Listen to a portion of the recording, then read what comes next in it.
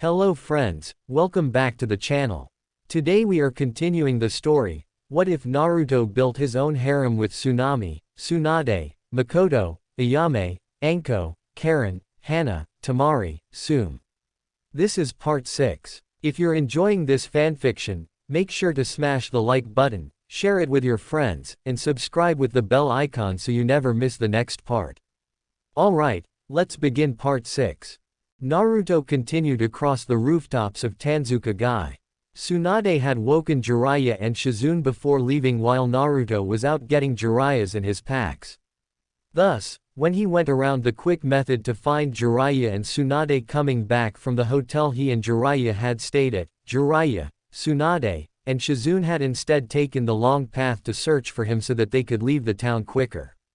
Naruto ended up meeting them back at the first hotel that he and Jiraiya had stayed at, landing on the ground between the three. "Sorry, got turned around and lost," he said as he stood to his full height. He looked at Tsunade. "I need to speak with you, privately, without Shizune or the pervert." Tsunade ed an eyebrow, somewhat amused. She sincerely hoped the blonde wasn't going to do something stupid. She noticed that Jiraiya hadn't moved, even though Shizune was already walking a path back to Konoha. "Private conversation Jiraiya," Tsunade said. "I just want to congratulate my cute little apprentice." Going after Tsunade so soon after meeting her. Jiraiya patted Naruto on the head. "I knew I'd make a pervert out of you yet," Jiraiya said with a laugh. Naruto glared at Jiraiya, his Mangekyo Sharingan showing. "I swear by the log if you are not moving in the next 10 seconds, I will use my extensive knowledge of the human anatomy to change you into a woman before using my Mangekyo Sharingan to give you the impression that you are a woman, not a man who had been forcefully turned into one," Naruto said simply. Tsunade crossed her arms under her bust. That was quite the threat. She had threatened Jiraiya with being turned into a woman before. The pervert said he would welcome it because that meant he could enter the female side of the hot springs. "And if that's not enough," Naruto continued, "I will have you keep your qualities of a super pervert, only you will have the mindset of a woman." Jiraiya paled. His own godson and apprentice would turn him into a male-loving super pervert woman. Now, let's not be so hasty," Jiraiya said, backing up with his hands in front of his face, trying to have them in a placating manner. Naruto used a subtle Sharingan technique to make them appear to spin, the chain links of his Mangekyo making a nice effect. Jiraiya ran off after Shizune. Tsunade got a few chuckles before she looked at the blonde. "Alright Gaki, lay it on me," Tsunade said, wanting to know exactly what happened that he needed to talk to her about. "Do you feel stronger, more rejuvenated, more energy, even lessened effects of a hangover?"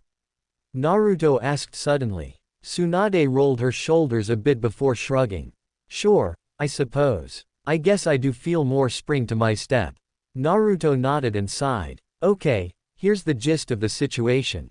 Last night, during our private time, Kyuubi was also drunk and she sent her chakra through me, into you." Tsunade's eyes went wide for a moment. "I'm not about to explode, am I?" she asked. Naruto shook his head. "You got a minor dose and I acted as a filter. Besides, you're Uzumaki enough that you can hold back the Kyuubi's power in small doses. She sent it specifically to that seal." Naruto reached up and tapped it, surprising Tsunade. "She claims that it is used for a regeneration technique you have." Tsunade nodded. "It is, it stores chakra into it and when I release it the seal speeds up the process of cell division in my body to the point it can be considered regeneration. The problem with it is that it literally shaves off my lifespan. It's hard to say by how much each time I use it. It's a medical kinjutsu." Naruto nodded, understanding what she was saying. "Kyuubi says that through the seal, she was able to affect your cells. She gave you years back in your life, how much I don't know." Tsunade ran a basic self-diagnosis on herself for a moment. "I'd say 30 years have been given back to me," she said softly. She knew that her lifespan was greatly reduced through the effects of her jutsu. She would still likely live to see 100 now. The Uzumaki bloodline was a wonderful thing indeed, but with the 30 or so years she got back from the Kyuubi, she could honestly say she felt like she was back in her 30s. Tsunade then noticed the blonde fidgeting in front of her. "What else?" she asked. She almost dreaded the answer, but at the same time, she was almost hopeful. Naruto bit his lip. "Well, you might, now this is a might we don't know, have the Mokuten," Naruto said. Tsunade watched Naruto for a moment. "Mokuten?" she asked. "Mokuten," Naruto confirmed, nodding his head. Tsunade rubbed the back of her neck. "Hell, I'll have to dig out Hashijiji's scrolls on the Mokuten then," she said softly. "Anything else?" Naruto shrugged a moment before stomping the ground, blasting a small crater around his foot. "I got the feel of your super strength technique, as well as the Mokuten from the Kyuubi." "Blame her, she was drunk last night too." Tsunade palmed her face for a moment. "I've made worse decisions while drunk," she said and shook her head with a sigh. "Okay, fair enough. Let's go Gaki before this day gets any stranger." Naruto turned and walked beside Tsunade for a while. It didn't take them more than 10 minutes to catch up to Jiraiya and Shizune. Taunton was in Shizune's arms, so the same went for the small pampered pig. Naruto could tell Tsunade was in thought, and if he could so soon after meeting the woman, then so did Jiraiya and Shizune. He needed to keep them both from thinking too much about why he would have needed to talk to Tsunade. He scratched his chin a bit. "Hey Ero Sennin," he noticed the slight twitch from Jiraiya. It was so easy to rile Jiraiya up. "What are my chances of making Chunin when we get back?" he asked. Tsunade perked up a little bit, hearing the question. She had heard the Chunin exams had happened. Even that little blonde walking alongside the group had decimated his competition. She was going to have to look at the videos when she got back, see what had happened and all. She needed to see who deserved a promotion. Jiraiya scratched his chin. "Well, I'm not sure, the truth be told, and I'm not the Hokage who you should be up to for the promotion. I'd say not answering a damned question on the first exam will hurt you, though Ibiki got a kick out of that for a little bit of time." "Oh come on. That was such a bullshit test," Naruto shouted. "Literally everyone but me had a method to cheat with.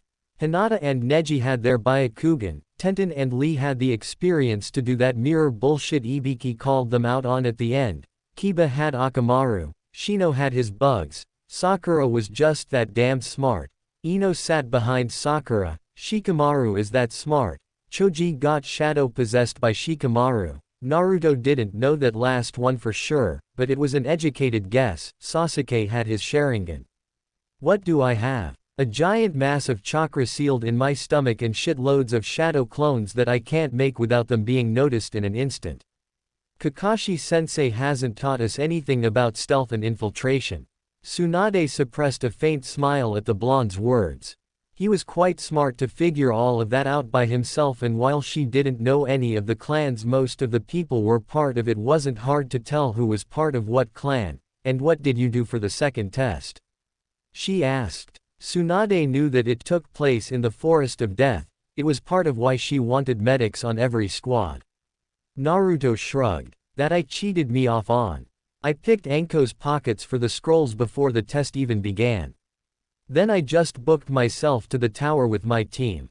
Ji-san, Naruto winced at the name but swallowed the pain down. Ji-san said I was allowed to pass. He seemed to like what I thought outside the box. He said. Tsunade was a little thoughtful. Naruto did think outside of the box, and he must have had some big balls to try something like that with Anko. She really would have to see the videos of the various matches. She wanted to see the blonde work a bit more under pressure. She would also talk to the various shinobi in Konoha and find out how he did under the duress of war. But Tsunade was also thinking about her newfound youth. If the Kyuubi gave Naruto the abilities he got by way of having a sample of chakra, then wouldn't he have gotten the Hyugas? Jiraiya told her who the blonde fought, and as a medic she knew that residual chakra would have been pumped into his system. She had discreetly, while scanning herself earlier, taken a sample of the Kyuubi's chakra, and while it seemed manipulative even on a DNA level, how else would she be younger? The chakra didn't seem potent enough to adjust DNA purely on a foreign chakra alone. Something else was going on and she damn sure didn't know what it was. Plus, even if the Kyuubi had been able to adjust DNA on a foreign chakra alone, it would need a sample of the chakra from someone with a Mangekyo Sharingan, which to her knowledge no one outside of Madara had obtained one. Even with Naruto's cover of Kyuubi having been controlled by Madara, it still wouldn't make any sense and the feel of the chakra wouldn't be enough. Tsunade was the best damned medic in the world, but she couldn't get a fix on how the blonde was gaining these abilities. She damn sure knew he hadn't been born with him. She didn't want to confront the blonde either until she had a damned good idea as to how he did it, and possibly proof as to how he did it. Tsunade went up to Naruto and put a hand on his head, scratching him on the top of his head, making him look up to her with a raised eyebrow. She wouldn't make mention of it until she had some proof. She liked the blonde though, she wouldn't tell him to stop. Not unless it was a security issue with the village. He was just getting stronger and as a Hokage, who was she to stop one of her shinobi from doing so? If it became an issue though in the future, Tsunade would put her foot down on the matter. The trip back to Konoha was relatively uneventful other than occasional craters being blasted into the countryside when Tsunade helped train Naruto in her super strength technique. It was impressive that he was picking up on it, despite the fact he had such a deep well of chakra to attempt to control in his gut. It made her wonder how vigorously he trained to keep it up. As they made it back through the gates, Naruto looked to Jiraiya, almost begging to be let go to his own devices. The white-haired super pervert waved him off. Tsunade rolled her eyes as the blonde bundle of energy sprinted off. I envy Gaki, he's got a date with a cute Hyuga girl, Jiraiya said as he walked alongside Shizune and Tsunade. Too young for my tastes, but I can tell she'll be quite the looker in later years. Tsunade momentarily felt jealous before she shoved the feeling down. She had just gotten drunk with the blonde and had an amazing night.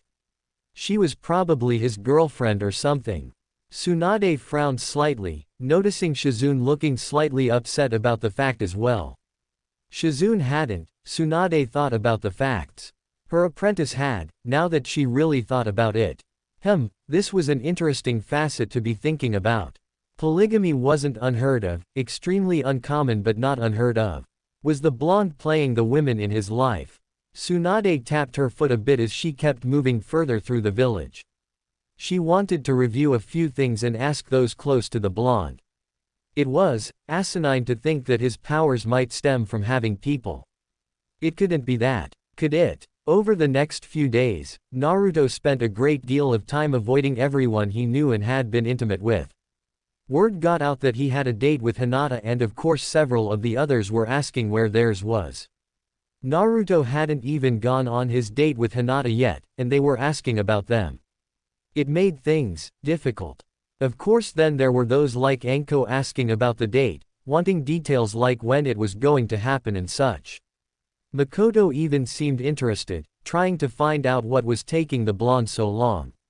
It was about 10 days after they got back when an Anbu said that Tsunade was calling him to her office.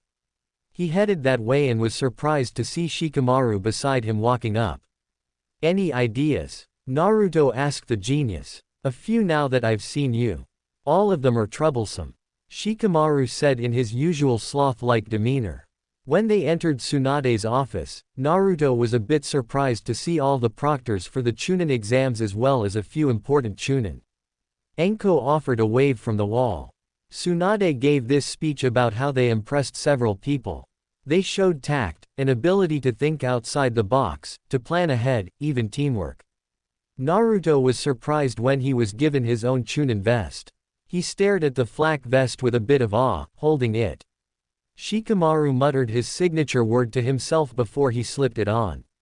Naruto rolled his eyes at the lazy genius before he clapped him on the shoulder. Don't worry about it, Shika. It's a good position, nothing too hard, and no boring D ranks. The blonde said as he walked out with Shikamaru. Yeah, but I didn't want to be promoted so soon. So damned troublesome, Shikamaru said. Gaki, Naruto felt his arm get grabbed by Anko. You're coming with me. She made use of the body flicker technique. Naruto felt his feet touch the ground at his apartment and was soon dragged inside by Anko and he was pushed onto the couch. Naruto glanced around, noting who all was there. Hana, Tsume, and Mikoto were over by his bedroom door, leaning against the wall. Karin, Kin, and Tayuya were behind him, leaning on the couch a bit. Ikibi sat on the arm of the couch, watching him. Anko, Shizune and Ayame were in front of him, watching him. Temari sat on the other arm of the couch, watching him. All eyes were on him. What? Naruto asked, looking at all of them. So when's your date going to be with the Hyuga girl? Anko asked, crossing her arms under her bust. So that was what this was about. Naruto offered a sigh and stood up. He held up one finger to Anko as he walked towards his bedroom. The girls all followed him, with Mikoto and Tsume entering his room before him with slight frowns on their faces. Why wouldn't he just answer the question? Naruto walked over to his closet with purposeful strides and slung the door open, revealing a sea of orange jumpsuits. And what would you like me to wear on the date? I think the date should be nicer than me wearing my shinobi garb. Naruto turned to his closet and pulled out one hanger. Orange jumpsuit, he tossed it onto the bed. Orange jumpsuit, he tossed the next one onto the bed. Orange jumpsuit, he tossed the next one. Orange jumpsuit, he tossed the fourth one onto the bed. Orange jumpsuit that I use for spare parts to patch the others. This one also joined the others on the bed. Naruto turned and leaned against his closet door. While he wouldn't treat the women in his life like shit, he wasn't about to be pushed around either, even by their show of force by all of them being in his room. I was a genin for the past 8 months, before that I was an orphan barely having any money to my name. All my bills came out of my monthly stipend that stopped when I got my headband. Naruto inhaled and exhaled slowly. One of those months, I was training for the Chunin exams, so I couldn't perform missions and bring in a whole lot of money. For about another 2 of those months, I was on 2 separate missions that didn't exactly bring me a whole lot of cash. Getting Tsunade back to the village wasn't exactly a paying mission because it was a necessity. Saving Wave didn't exactly pay a lot, having to be split between 3 genin and an elite jonin. Naruto was glad they were letting him speak and defend his position. I'm helping support Ichi-chan, Kin-chan, Tayuya-chan, Karin-chan, and Temari-chan. 3 apartments, plus utilities, are not cheap each month. The girls help, they really do, and I appreciate the fact, but all my savings went into getting the other 2 apartments so that we weren't trying to fit 6 people in this small apartment on a permanent basis. When I got back from getting Tsunade, all my money that I had won gambling went into paying off the apartments, the utilities, getting supplies that I had used during the month and a half I was gone for, and getting food for the house once more. Not to mention for the past 10 days I've only been able to do the occasional mission because many of them are being snatched up due to the damage Oto did during the invasion. Naruto inhaled and exhaled. The fact of the matter is I have no money to buy something nicer to wear for my date with Hinata. I get charged more at shops, and while it's not as bad as it has been, it still happens usually when I go clothes shopping. Something relatively formal, but still casual, will cost me money, especially since I don't want to get something that's neon bright orange. I like orange, but for a date it's not that great of a color. I have enough money to take Hinata to a relatively nice restaurant. Naruto bobbed his foot up and down a bit, obviously agitated. He saw many of the faces turn a bit more sympathetic, some murderous at the idea of the blonde being overcharged for clothes. Tsume crossed her arms under her with a pronounced frown on her face. And why didn't you ask any of us? We would be more than willing to help. She said Inuzuka helped their pack mates and the blonde was technically her alpha still.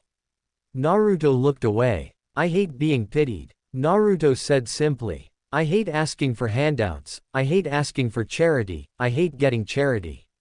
Naruto said as he moved over to the window and leaned against the frame, looking out over the village from his spot. It wasn't a great view, not really, but if he was going to be the Hokage someday then he had to love all of Konoha. Tsume tapped her foot a bit. She could understand where the blonde was coming from, she supposed. She could see a look of understanding in the others as well. The blonde tried hard to be independent, and after practically raising himself she couldn't blame him. But he was also a nice kid, helping out others when they needed it. Tsume shared a look with Hana and then with Mikoto and Shizune. Hana, why don't you and Ichi-san take Kin-san, Karin-san, Tayuya-san, Temari-san, and Ayame-san out of here? Hana gave a nod to her mother before she left, leaving Naruto with the 4 highest-ranking women. Alright Gaki, come on. Tsume moved over and grabbed the blonde's arm, leading him out of the room. Where are we going? Naruto asked, watching as Shizune, Anko, and Mikoto followed. Shopping, Mikoto said, walking at Naruto's other arm. For you, she said simply. Naruto bit his tongue a bit. I don't want charity, he said sternly. It's not going to be charity, Anko said cheerfully, having caught onto the other women's plans. It's a gift. Naruto narrowed his eyes before looking at the 4. For what? Shizune offered a grin. Well, you made it to Chunin and on your first time too. That to me sounds like a good enough excuse to get you something. So, Tsume started. Mikoto and Anko are going to pitch in for your clothes for your big date with Hinata-chan. Shizune and I are going to pitch in for the place you will be taking her. Tsume said. Naruto blinked a little bit. The girls were sly. It sounded quite a lot like charity to him, but at the same time it was a gift. A rather oddly timed one, but a gift nonetheless. He could accept a gift better than he could accept charity. Also realizing he had no choice in the matter, he allowed for his arms to drop and followed them out towards the market district of the village. They passed every clothing shop that Naruto had tried in the past to go to make him raise his brow a bit. Eventually they stopped in front of a rather simple-looking shop with the name, Tomo Threads, painted in bold above the door. Naruto was greeted with dozens upon dozens of rolls of cloth, both expensive and not, as well as various mannequins. There were racks of clothes as well. It was quite an impressive clothing store. It was amazing really. Cho-san, Tsume called out, and soon enough a beautiful dark-haired woman walked out. She wore a plain blue dress over her form and she had kind brown eyes. She wasn't that tall either, barely cracking 5 feet. Tsume-san, Mikoto-san, it's good to see you. The woman, Cho, said and walked over. What can I do for you today? We're getting the gaki here with some new threads, Anko said, putting her hand on Naruto's head and rubbing it, making him blush a bit. Cho smiled at Naruto. Then you came to the right place. My name is Tomo Cho, founder of Tomo Threads. My husband will help you out. Sano-kun, she called out. Naruto watched as from the back a large, bigger than Jiraiya tall, man walked out from the back with long silver hair that was tied back into a ponytail and draped over his form. He wore a black kimono over the rippling muscles Naruto could tell were under the clothes. But it was the eyes that had Naruto's attention. One was pure green, the other a pure blue. Naruto could tell this man was a warrior. Tomo Sanosuke, he said, offering Naruto one large and scarred hand. Naruto gladly shook it. The man looked him in the eyes and the blonde couldn't see any distaste. Come to the back, we'll get you outfitted. Anything in particular you need? Get him something nice, something that can be formal with a few additions to it, but semi-formal as well. Mikoto said. Also, make it out of some nicer materials but keep it sturdy and give him plenty of room to hide his gear in it just to be on the safe side. Sanosuke rubbed his face a bit. Alright, I think we can do that. Come on. Sanosuke led Naruto back into the back of the shop where there was more privacy for fitting purposes. Naruto looked around and stepped up onto the platform that Sanosuke asked him to. Naruto wasn't sure what to talk about as the man moved around him a little bit. So who is the lucky girl that you're getting some new clothes for? One of the 4 outside. Sanosuke wasn't going to judge that the blonde was in the company of 4 hot women, maybe even dating one of them. No, my classmate Hyuga Hinata, I have a date with her sometime soon hopefully. Naruto said as he watched Sanosuke circle him. Sanosuke had heard of the Hyuga girl. He supplied her cousin with his clothes. Well, good on you, Sanosuke said. Alright, strip down to your boxers, I need to get some measurements. He got some measuring tape out of a pocket. Naruto did as he was asked and stood relatively still as the tailor made quick work of measuring. Naruto hoped what he got was awesome. Could what I get have a small amount of orange? Not a whole lot but just some. Sanosuke nodded, thinking a little bit as he moved away and began to hold up some blue fabric to Naruto's face, judging the color on his eyes. Alright, get dressed. I should have it done in a few days. Sanosuke was the best at making clothes by hand and he had written down every measurement he could think of for the blonde. Naruto hopped off the platform and quickly got dressed once more, about to move to leave. Wait 1 second, Sanosuke said, moving down a few shelves, tapping a few boxes. I have something here I want to give you. It was, for a friend of mine. I did a lot of work on his clothes and I had made him something special but he passed before I could give it. You remind me a lot of him. Sanosuke pulled out a sizable box and took it over to Naruto. Naruto accepted the box and peeled off the lid, looking down at the crimson fabric. He drew it out of the box and looked at the trench coat. It had black cuffs and black hem work, along with the edges of the lapels being done in black. It was crimson in color, but along the back and bottom it had dark orange flames. Sanosuke leaned against the counter a bit. I made the coats for the Yondaime Hokage. He said with a hint of pride. This was to be the ultimate of my crafts. It is made of the highest quality of silk from the Abarame's most coveted stock. Generations of breeding of silkworms accumulating over 5 years, carefully bred to produce the best, fed only the best ingredients and fine chakra, this silk was near impossible to get. Sanosuke didn't even bother saying how he got it. He would respect the Aburame in not saying how he got access to it.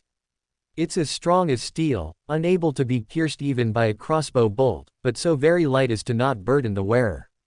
If it ever gets damaged, just channel chakra into it and it will absorb any impurities such as dirt, blood, sweat, sand, etc. while at the same time fixing any tears, gashes or fraying. Fighting in a coat is a little difficult, so I would recommend holding off on it for a few months.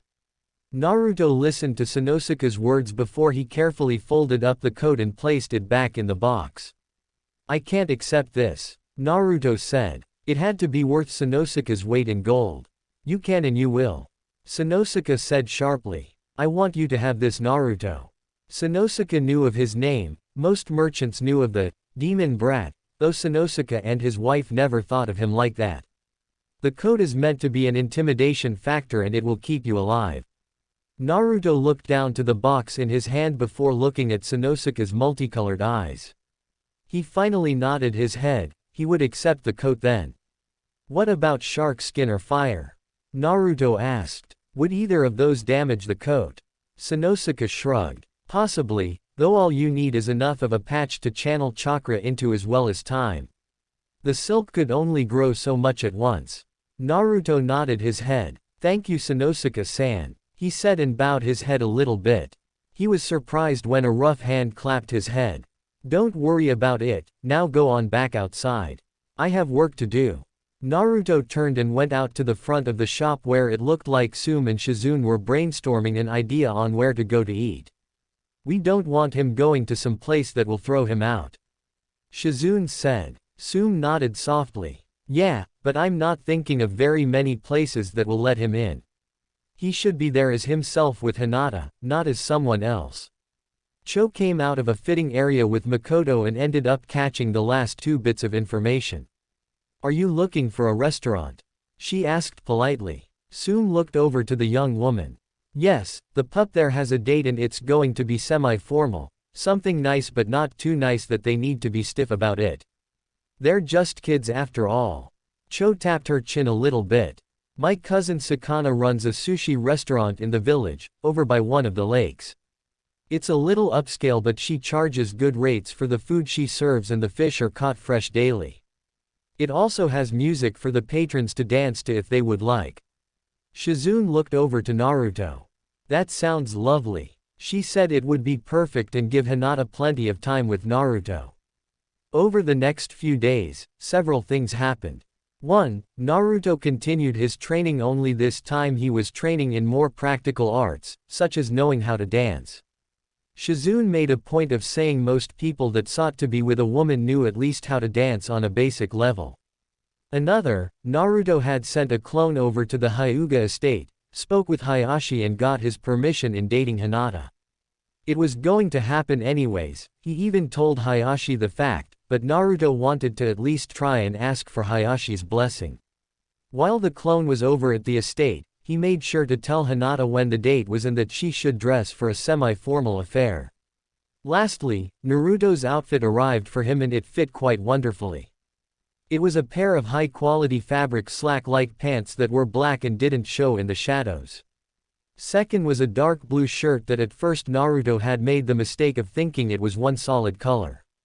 Instead, it had faint stripes through it of a slightly darker or lighter shade of blue, just enough that depending on how the light hit his shirt, Naruto's eyes would seemingly darken or brighten in blue.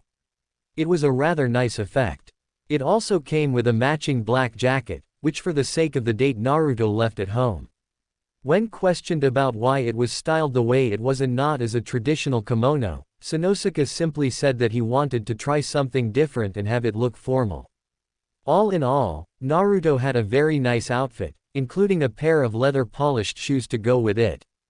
The day of the date, Naruto got out of the shower and quickly dried himself off, making sure to do a thorough job so he didn't ruin anything. He forewent his headband, instead leaving it on his dresser. He combed out his hair, or tried to, the naturally spiky locks refused to be too tamed after all. He then went about pulling out the shirt and buttoning up. Each movement of the long-sleeved shirt caused his eyes to shirt slightly in hue in the mirror. Pants were next, followed by socks and shoes. Naruto even put on the Shodai Hokage's necklace, his necklace technically, for added measure. It was a nice necklace after all. Lastly was a slight hint of cologne on his wrists and neck, about a half spray only. It smelled like cinnamon rolls. Hana had gotten it for him saying Hinata would like it. Naruto walked out to see Shizune, Tsume, and Mikoto sitting on his couch, all of them having wanted to see him in formal wear. "Well?" Naruto asked, turning to give them a good view. Tsume pushed herself up from her seated position and walked over to the blonde. She grabbed his shirt and carefully untucked it, making sure she didn't wrinkle it. "There, semi-formal, right?" she asked, looking over her shoulder at Mikoto and Shizune. Shizune nodded. It looked good on the blonde and she had to suppress the urge to bite her knuckle. She quite vividly remembered her own time with the blonde. "Now remember," Mikoto started. "You don't have to run over to the Hyuga estate, you have plenty of time to walk and be yourself on this date." Naruto nodded and sighed softly, patting himself.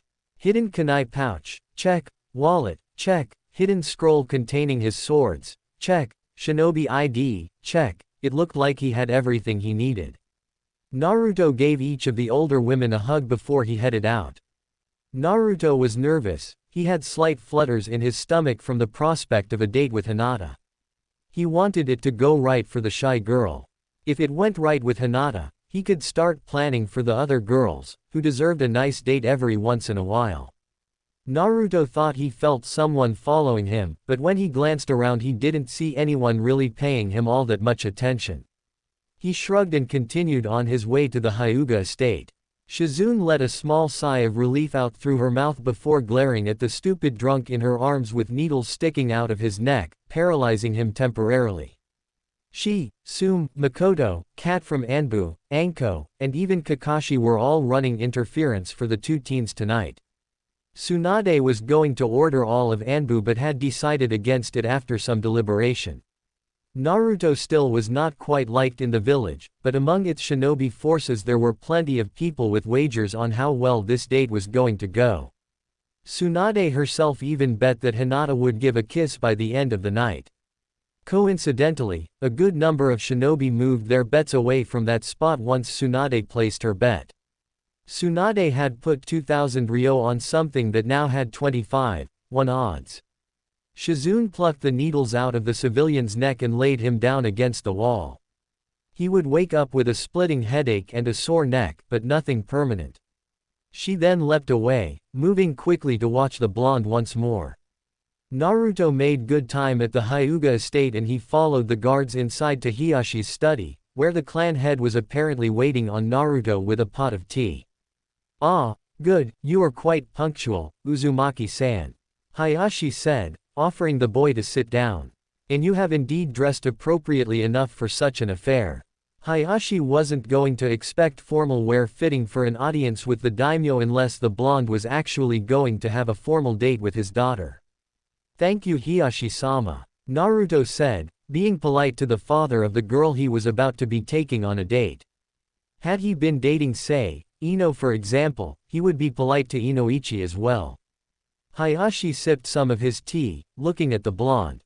"I also expect that you have prepared for an emergency as well, some shinobi supplies hidden upon your person?"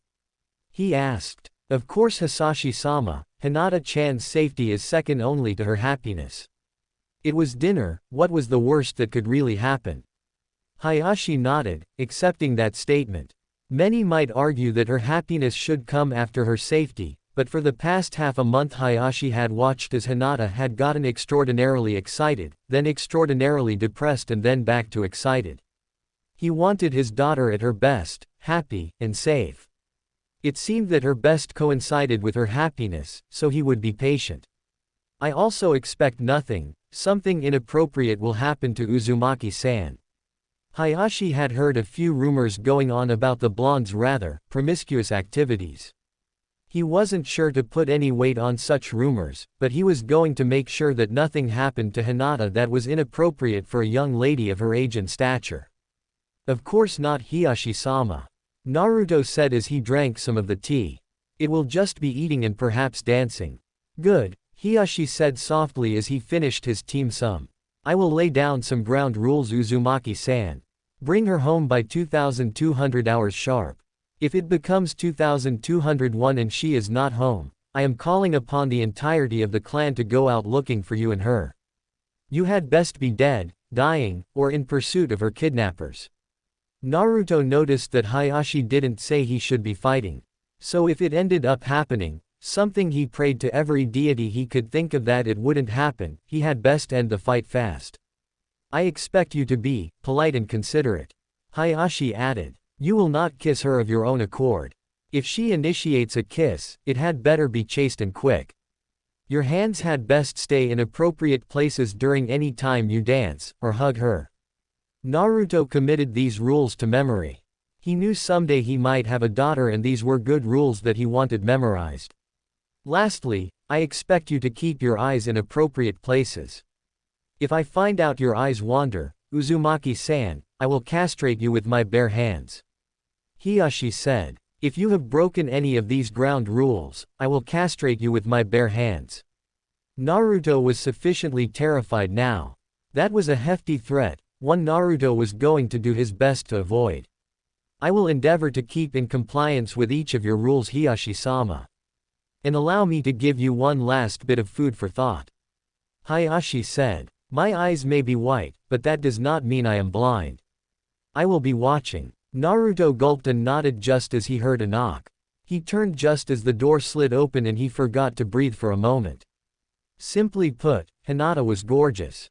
Since Naruto had last seen Hinata, she had been growing her hair out and instead of doing something traditional with it, like putting it up in a bun, she instead had it hanging loosely towards the middle of her shoulder blades and it framed her face.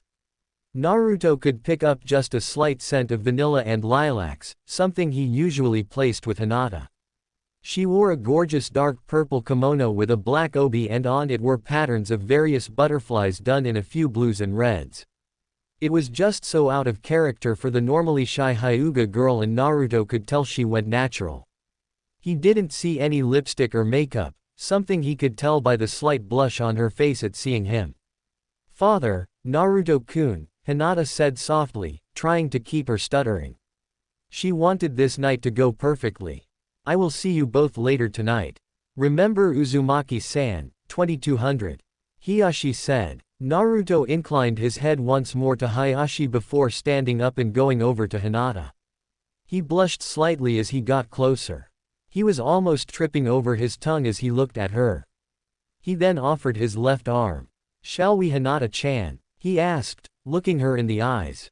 Hinata smiled, blushing a bit more before she gave an enthusiastic nod and slipped her arm around Naruto's, leaning close. "Let's," she said softly.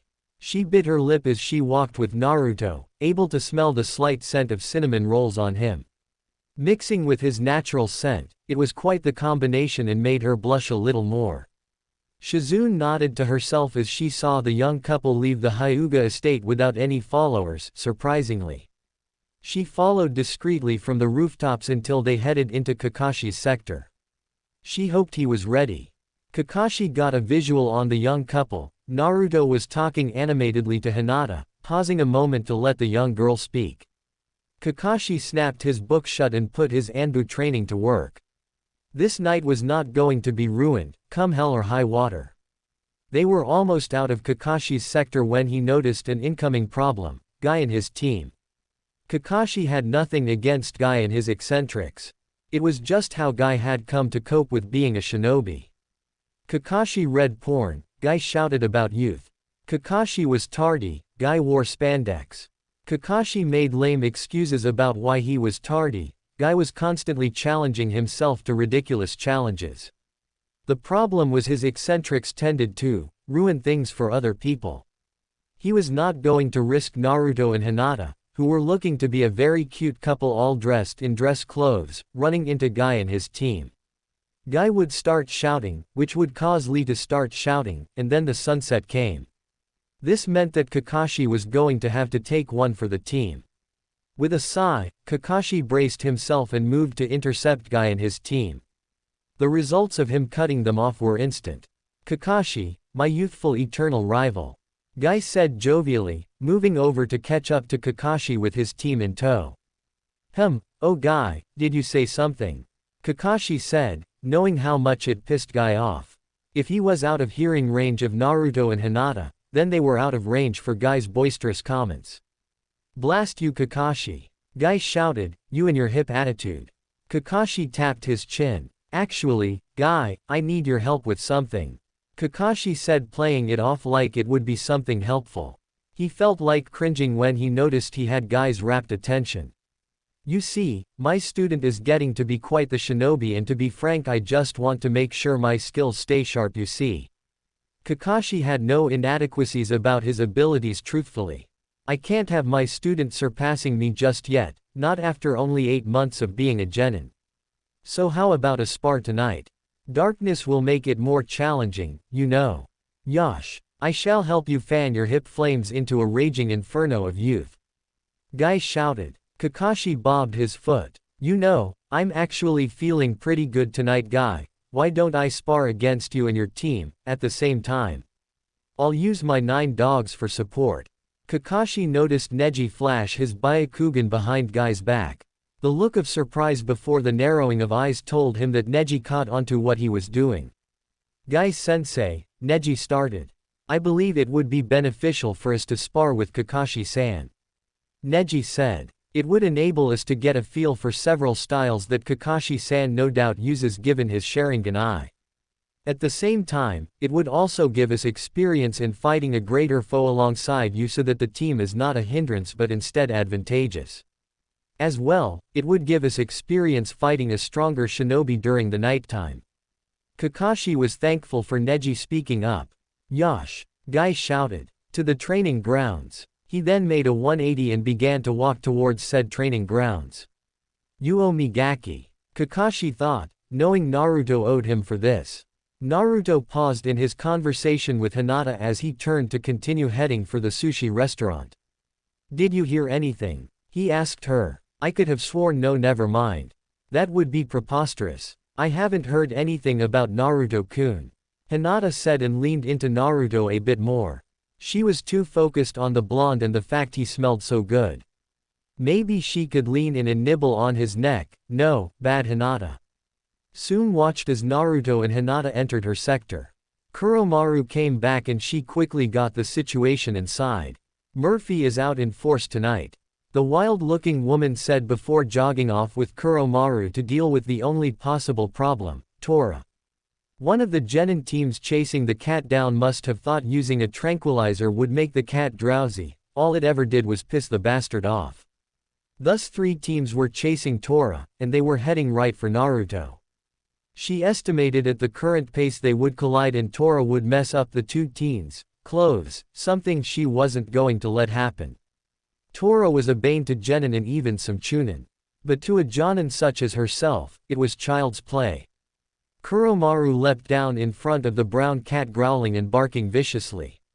While the cat had been known to attack people twice Kuromaru's size, the cat remembered the angry-looking dog. It had been one of Kuromaru's and Tsume's first missions. The cat was the reason Kuromaru had 1 eye and 1 ear and swore a blood oath to have revenge, no matter how long Kuromaru had to wait. As the humans said, an eye for an eye. The cat skidded to a halt, just inches before Kuromaru's snapping jaws before bolting the other way, slipping past the 3 genin teams. Tsume nodded to herself, the danger had been resolved and the blonde and his date were steadily making their way out of her sector. Sakura watched with a gobsmacked expression from the flower shop as her teammate of all people walked arm in arm with Hinata down the street. They were also fairly fancily dressed. "Ino," she said softly but couldn't get the platinum blonde's attention. "Pig." Still nothing and Sakura was still staring at Naruto and Hinata. She finally grabbed Ino's arm and drew her over, turning her head to look down the street. Ino was about to turn and lay Sakura out. Ever since she started training through Naruto's work, she had gotten stronger, faster and even had one mean right hook. But her senses for juicy gossip were going off and her sight focused on blonde spiky hair. Naruto was out with Hinata. "Ooh," Ino said softly, giving a wide grin. "Come on forehead, let's follow them." Naruto felt as though he and Hinata were being followed. Hinata must have noticed it as well because she moved away just a little bit, about to activate her Byakugan. Naruto shook his head a little bit, he didn't want her to give them away like that. Who knew who was working against them? They could be in front, they could be behind, to the sides, even on the rooftops that Naruto was scanning with his eyes. He fingered the scroll that slid down his sleeve a little bit, prepared to unseal a sword at a moment's notice.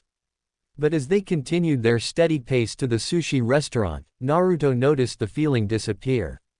This was getting strange. Sakura and Ino looked up, terrified as they stared at the proctor of the second exam staring down at them. While Ino had come far in 2.5 months, she still was not ready for a special jonin who had wrapped them up with snakes and then yanked them into an alleyway where she proceeded to tie them up. Anko dusted herself off for a moment. "Don't try to follow Blondie right now," Anko said with a grin. "We're not letting anything out of the ordinary happen tonight, and we're not going to risk one of you two doing something to ruin the date." With that, Anko tossed a kunai to the ground before taking off to the rooftops.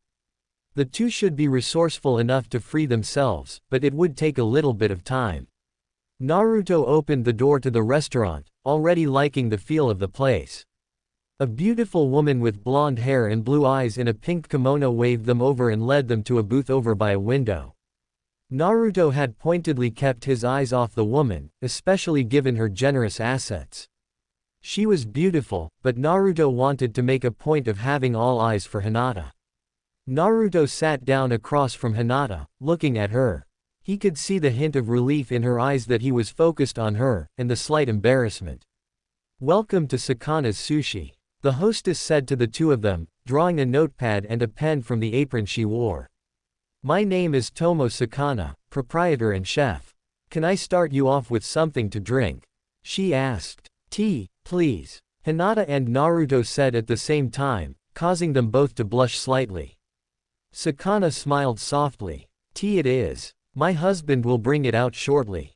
Do you need a moment to find something you'd like or could I recommend the sample platter for you both?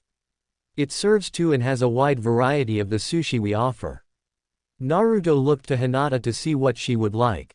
She gave a small nod and Naruto looked at Sakana, making sure he was looking into her eyes. "The sample platter please," he said. Sakana nodded softly and jotted it down onto her notepad before tucking it back into her apron. "Please, feel free to dance on the dance floor if you would like while you wait." Sakana turned and then headed back to the kitchen, avoiding another waiter who was taking sushi to another table. Naruto looked back to Hinata and offered a small smile. Would you like to dance? He asked. Hinata smiled and blushed a little bit, nodding. I'd love to. Naruto stood up and offered Hinata a hand, leading her out to the dance floor soon enough. He noticed the dance floor was a floor of tempered glass that allowed the dancers and patrons to watch fish swim underwater, giving an interesting sensation. Naruto began to move with Hinata in the dance for the song, actually knowing this one. Hinata leaned in and rested her head on Naruto's chest. She was enjoying this, just being on a date with the blonde. She was feeling so relaxed too. Thank you for this, Naruto-kun. She had refrained from stuttering the entire night. Just being asked to the place was a huge boost in confidence for her. Having Naruto ask her out, it was an even bigger boost. She had always thought she wasn't pretty or worthwhile. Naruto asking her out helped a little bit with her confidence. But she could also tell he went through a great amount of effort for her, something she appreciated greatly. She had never seen Naruto dressed up, aside from the funeral after the invasion, which wasn't a fair comparison. She could tell the outfit was of high quality, though different from what she was used to seeing that was formal or even semi-formal. The restaurant was a good pick as well. It was not extremely fancy, but she could tell their meal was going to be of high quality and undoubtedly be a little expensive. It was good for a first date type of spot, and the music was at a steady beat for her to dance with Naruto at. And the dancing, she had never known Naruto could dance. It was enough to make her heart flutter a little bit, though that might be from the slight smell of cinnamon rolls on him still. They danced for 2 songs, though the second one had Hinata giggle a little bit as she led Naruto through the steps. She would never claim he was an expert at dancing, but he certainly could when he knew the dance.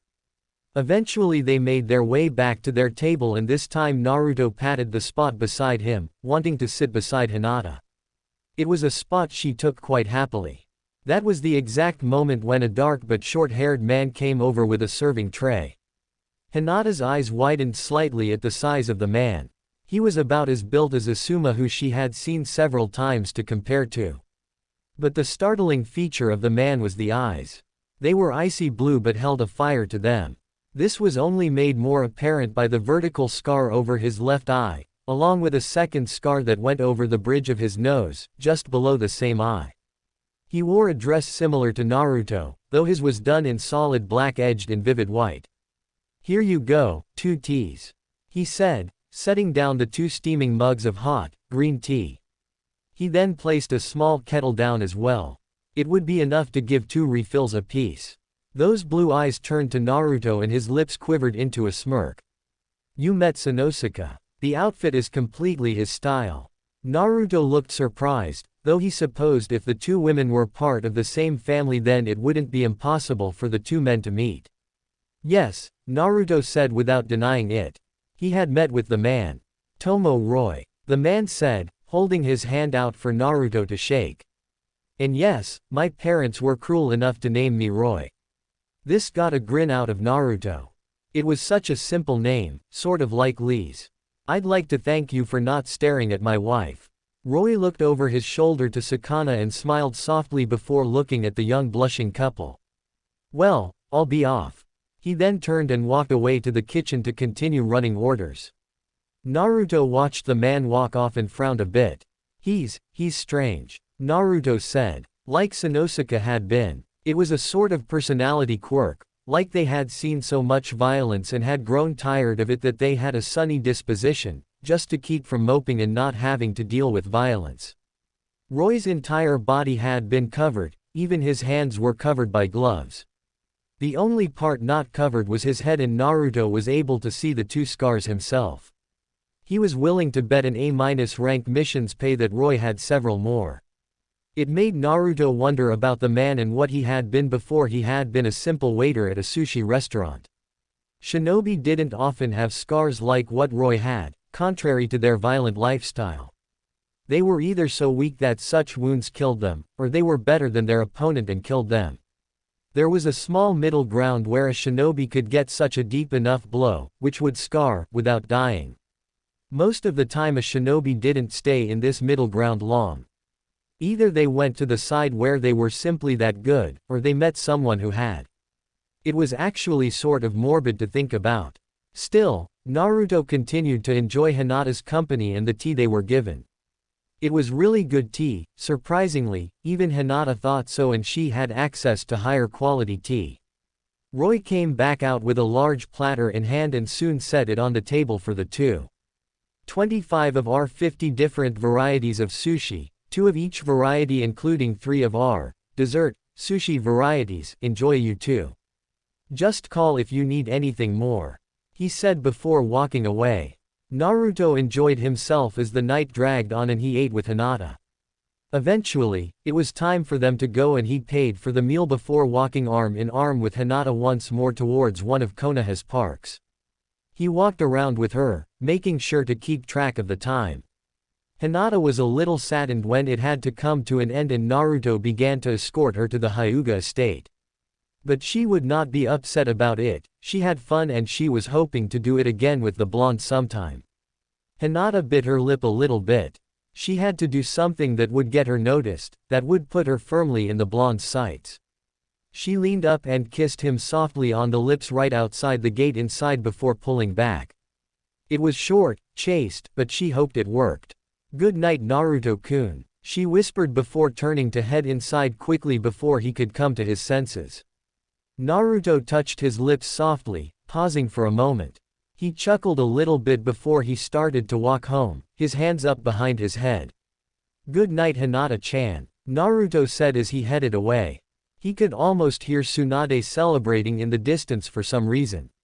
Naruto slowly extracted himself from Ikibi, making sure to carefully remove himself from the cuddly woman.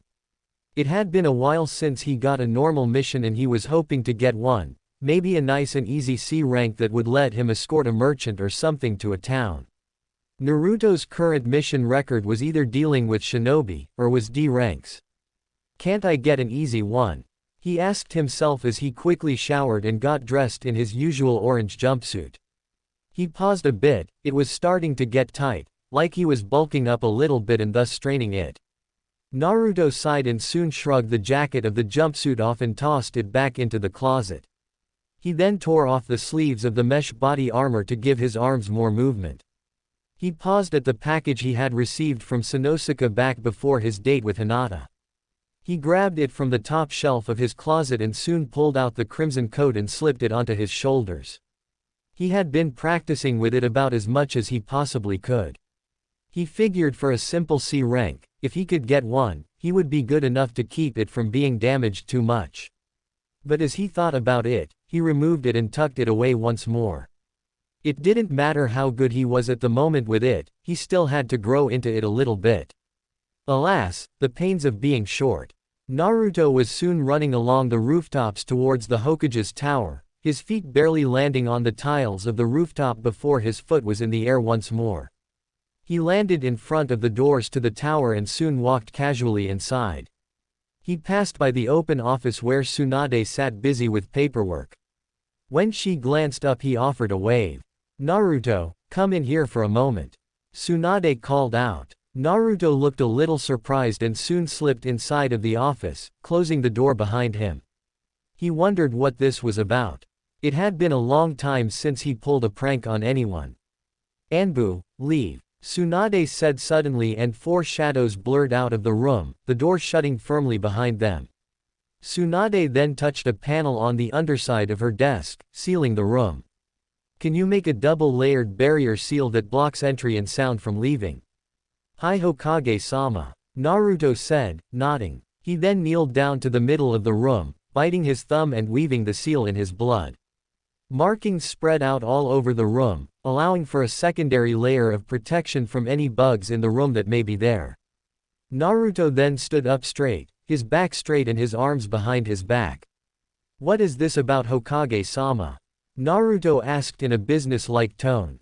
Tsunade leaned forward on her desk, her fingers interlaced in front of her face. "Please, don't lie to me about this, Naruto. I've been doing my own investigations into how you came across your abilities." Naruto bit the tip of his tongue, but held it to keep from spouting out things. He was tired of people getting into his business. But Tsunade was also the Hokage, she had free rein to do as she pleased. She was likely making sure the method he used didn't affect the village security or anything. Tsunade watched the blonde, having expected some sort of outburst, but he seemed to have himself under control, well enough to hear her theory at least. I believe that, somehow, your abilities tie in when you are with a woman. Tsunade's eyes were still sharp, and she was a veteran. She could see the slight widening of Naruto's eyes, surprise, shock, maybe a hint of fear. It would seem her guess was spot on. I haven't figured out how yet, but that is what I believe. Now answer me truthfully, Naruto, is this how you are gaining your abilities? She asked. Naruto stood a little straighter and inhaled deeply, thinking of his words. Hi Hokage-sama. Naruto said simply. I can't give you the complete mechanics, but you are correct in believing that my abilities tie into when I am with a woman, thus when I am with you, Naruto began. You obtained the Mokuton in my super strength technique. Tsunade finished for the blonde. Her eyes hardened on the Chunin. How many women have you had with you? She asked in a sharp tone. 15, I've had 15 different women. 16 by the game's count, but Tsunade wouldn't count Tayuya's cursed mark level 2 form as a separate woman. Naruto noticed Tsunade about to say something else, but feeling a little bold he spoke up. And I care for most of them, I'm not abusing the gifts they have given me, and if they needed me to, I would defend all of them with my lives. His eyes were now hardened, focused on Tsunade, not quite a glare but definitely him taking control of the conversation. You've had 15 different women. How can you care for them? Tsunade asked. 5 of them are living under my roof. It's been through my money that Karin, Tayuya, Ichi, and Temari have all been able to live in Konoha. Granted, 3 of them are slaves, but I still care for and support them. The only ones I don't necessarily care for are either in another country. Koyuki and Tsunami told me that I was just scratching an itch. Anko, and you damn sure know Kurenai's case. Naruto was actually getting angry with Tsunade's accusations. And what happens when one of those girls gets pregnant? Or will Kami forgive us if all of them get pregnant? Tsunade asked, standing up now and glaring at the blonde, her hand on her desk and leaning over it to focus on him more. She was now angry. It was like Naruto was treating this as a game. You think I haven't stayed awake for nights thinking about that possibility? Naruto shouted. I'm well aware how lucky I am that no one has gotten pregnant yet. Damn it, Tsunade, I'm not some behind-the-ears gaki that doesn't realize how big of a step things like this are. I've been living on my own for years, barely scraping by on a monthly stipend. Naruto's nostrils flared and he was inhaling heavily, his fists balled up with his nails digging into his palms in the hope of calming himself down. It worked, somewhat. Every chance I get, I save up some money, I build up contacts, I build up reputation, all in a plan for the future. You think I want to continue living in a one-bedroom apartment? No. I want to get a house of my own that I can build and expand on no matter what comes my way, and I know things will come my way. I want a place to raise any child of mine in security. Naruto tried to back down, tried to get thinking rationally. Tsunade still was angry, her temper was something that had developed over the years by a certain super pervert. And what will happen when you get a girl pregnant? You sound like you'd do the right thing and take care of the child, but what about the mother? That all depends on her. Naruto answered. If she wants to be with me and she's pregnant, then I will take things further. I won't do anything that will hurt the woman who got pregnant. Tsunade grabbed the front of the mesh shirt that Naruto was wearing. Most shinobi wouldn't wear only it over their forms, why would they after all? It offered little protection by itself. So either Naruto was arrogant about his abilities or confident in them. Why? Tsunade finally asked. Why are you after the power? Her voice was in a low tight tone. It was obvious she was going to hurt the blonde if she didn't like his answer. Naruto looked down, trying to think of an answer that was truthful. He never really thought about why he was after power. He wanted to be strong enough to protect his precious people, of course, but was that why he was after power?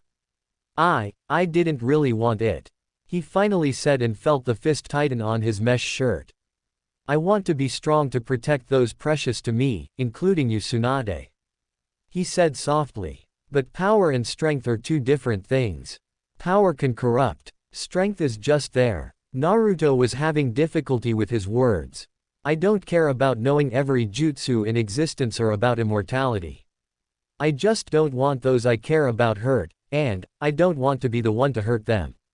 Naruto looked up to Tsunade's honey-colored eyes. If you feel it necessary, order me to stop Hokage-sama and I will.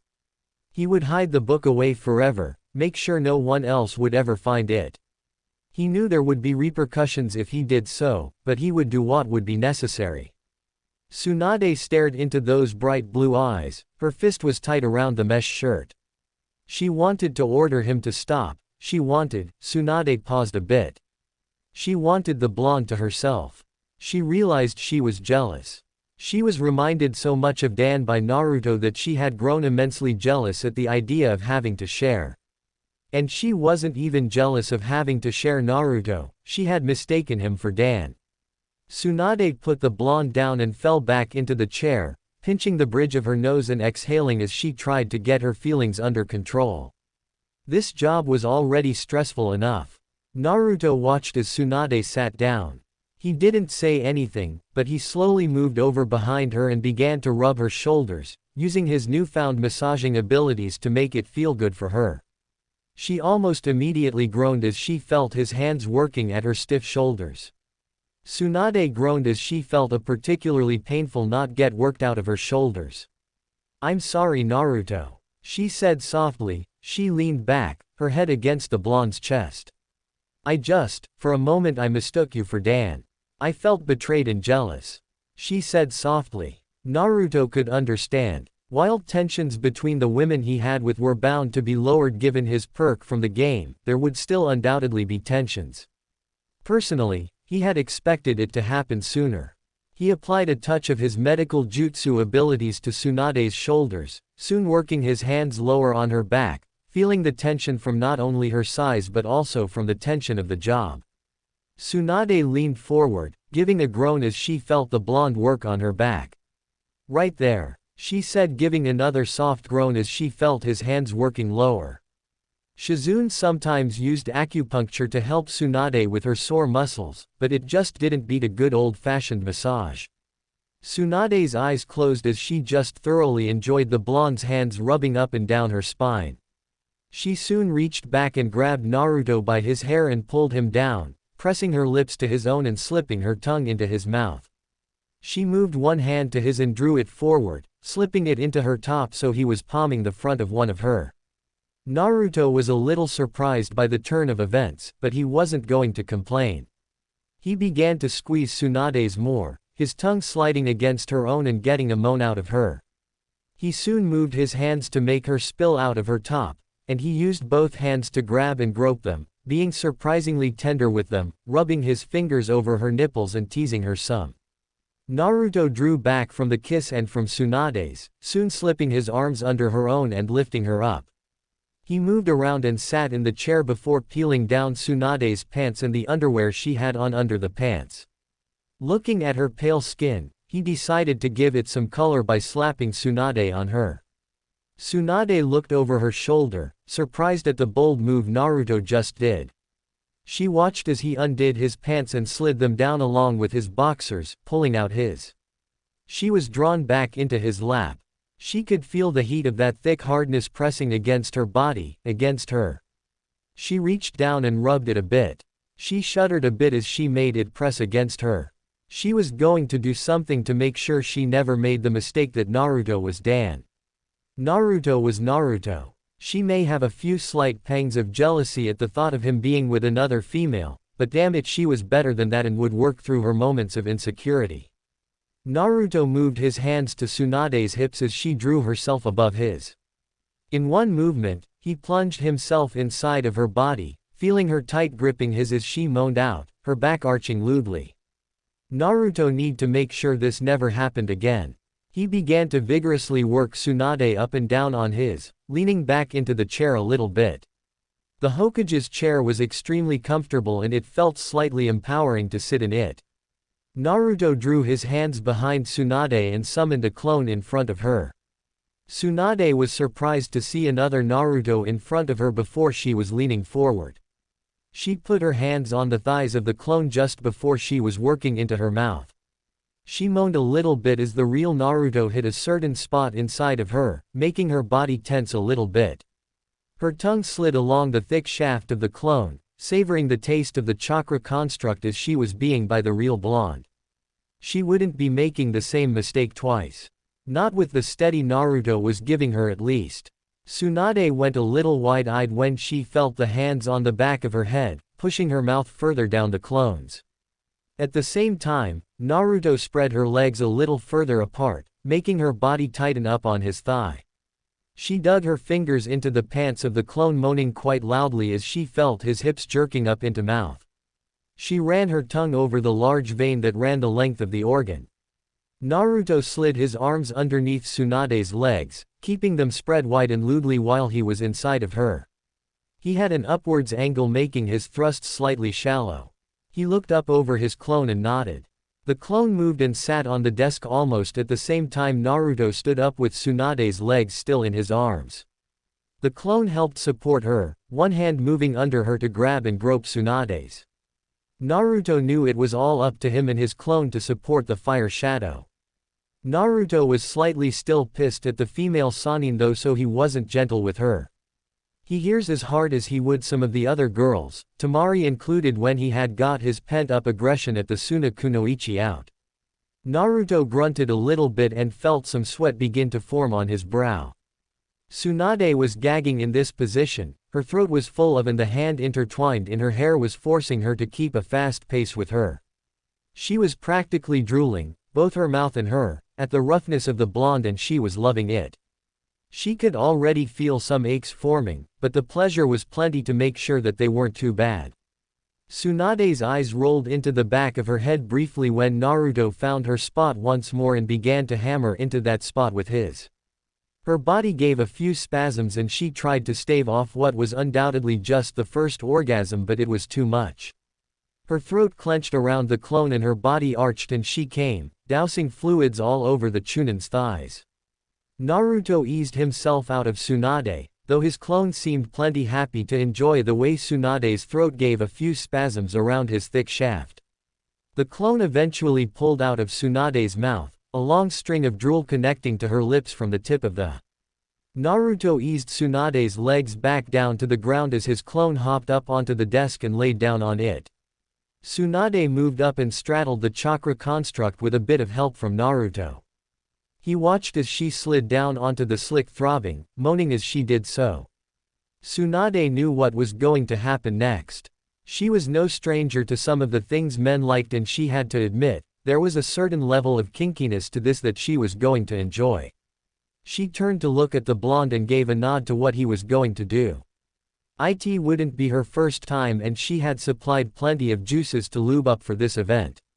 Tsunade rolled her hips on the clone and she was surprised by the appearance of a second clone that moved up onto her desk, standing on it.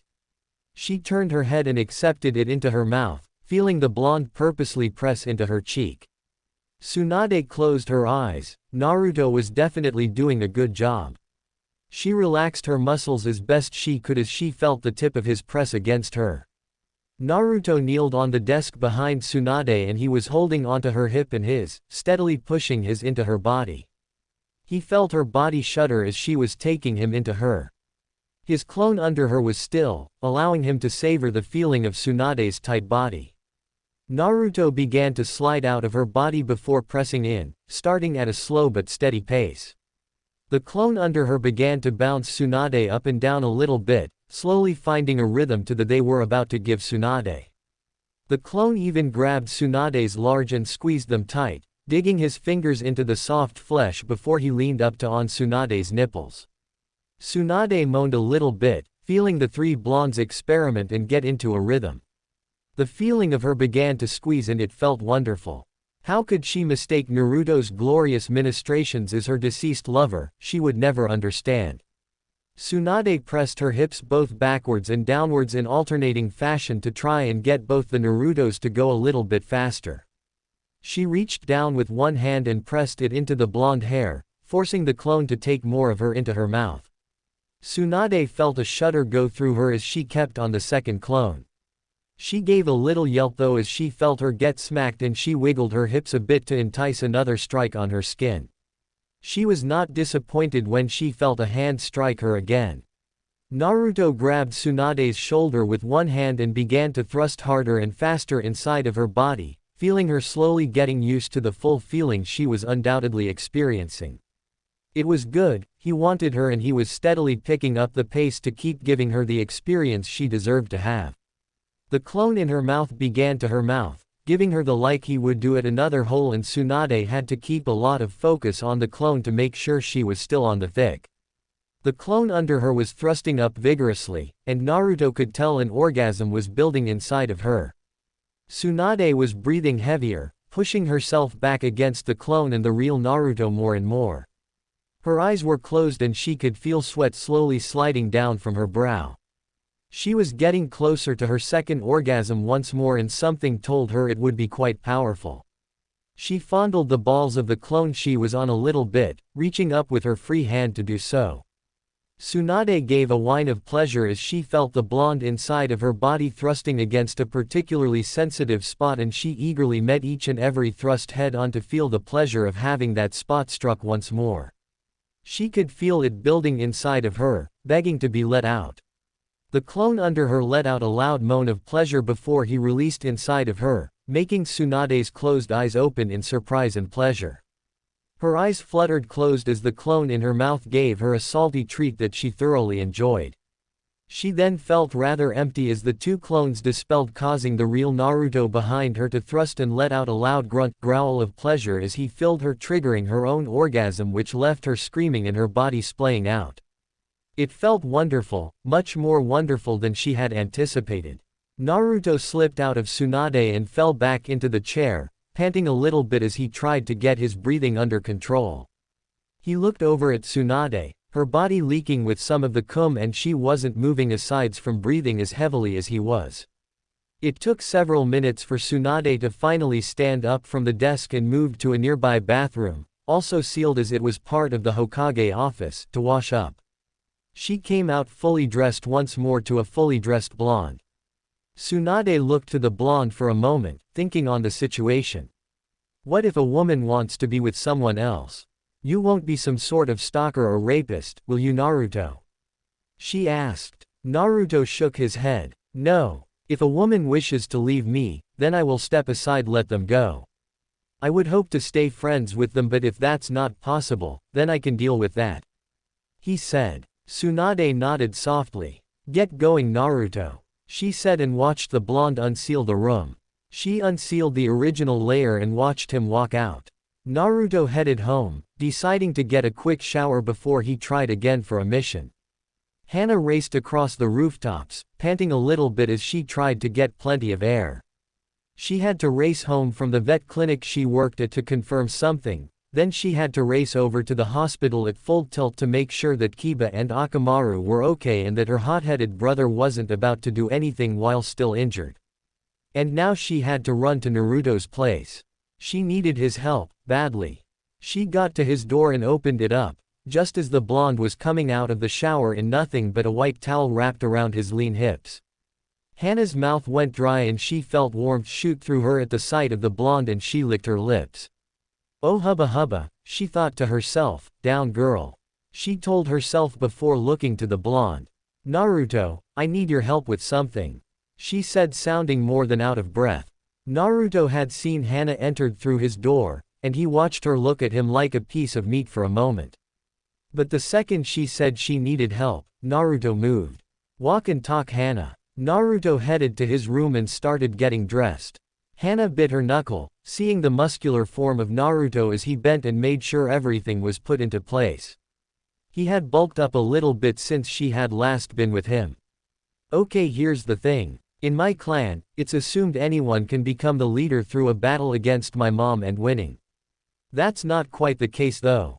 You need to be of the main bloodline, for lack of a better word, so in other words, Kiba and I can challenge mom for the position of leader. Hana inhaled. Also, our spouses can challenge mom for the position of leadership, as they would technically be part of the main bloodline. Naruto nodded. But I thought I was sort of the unofficial clan head that's being kept a secret.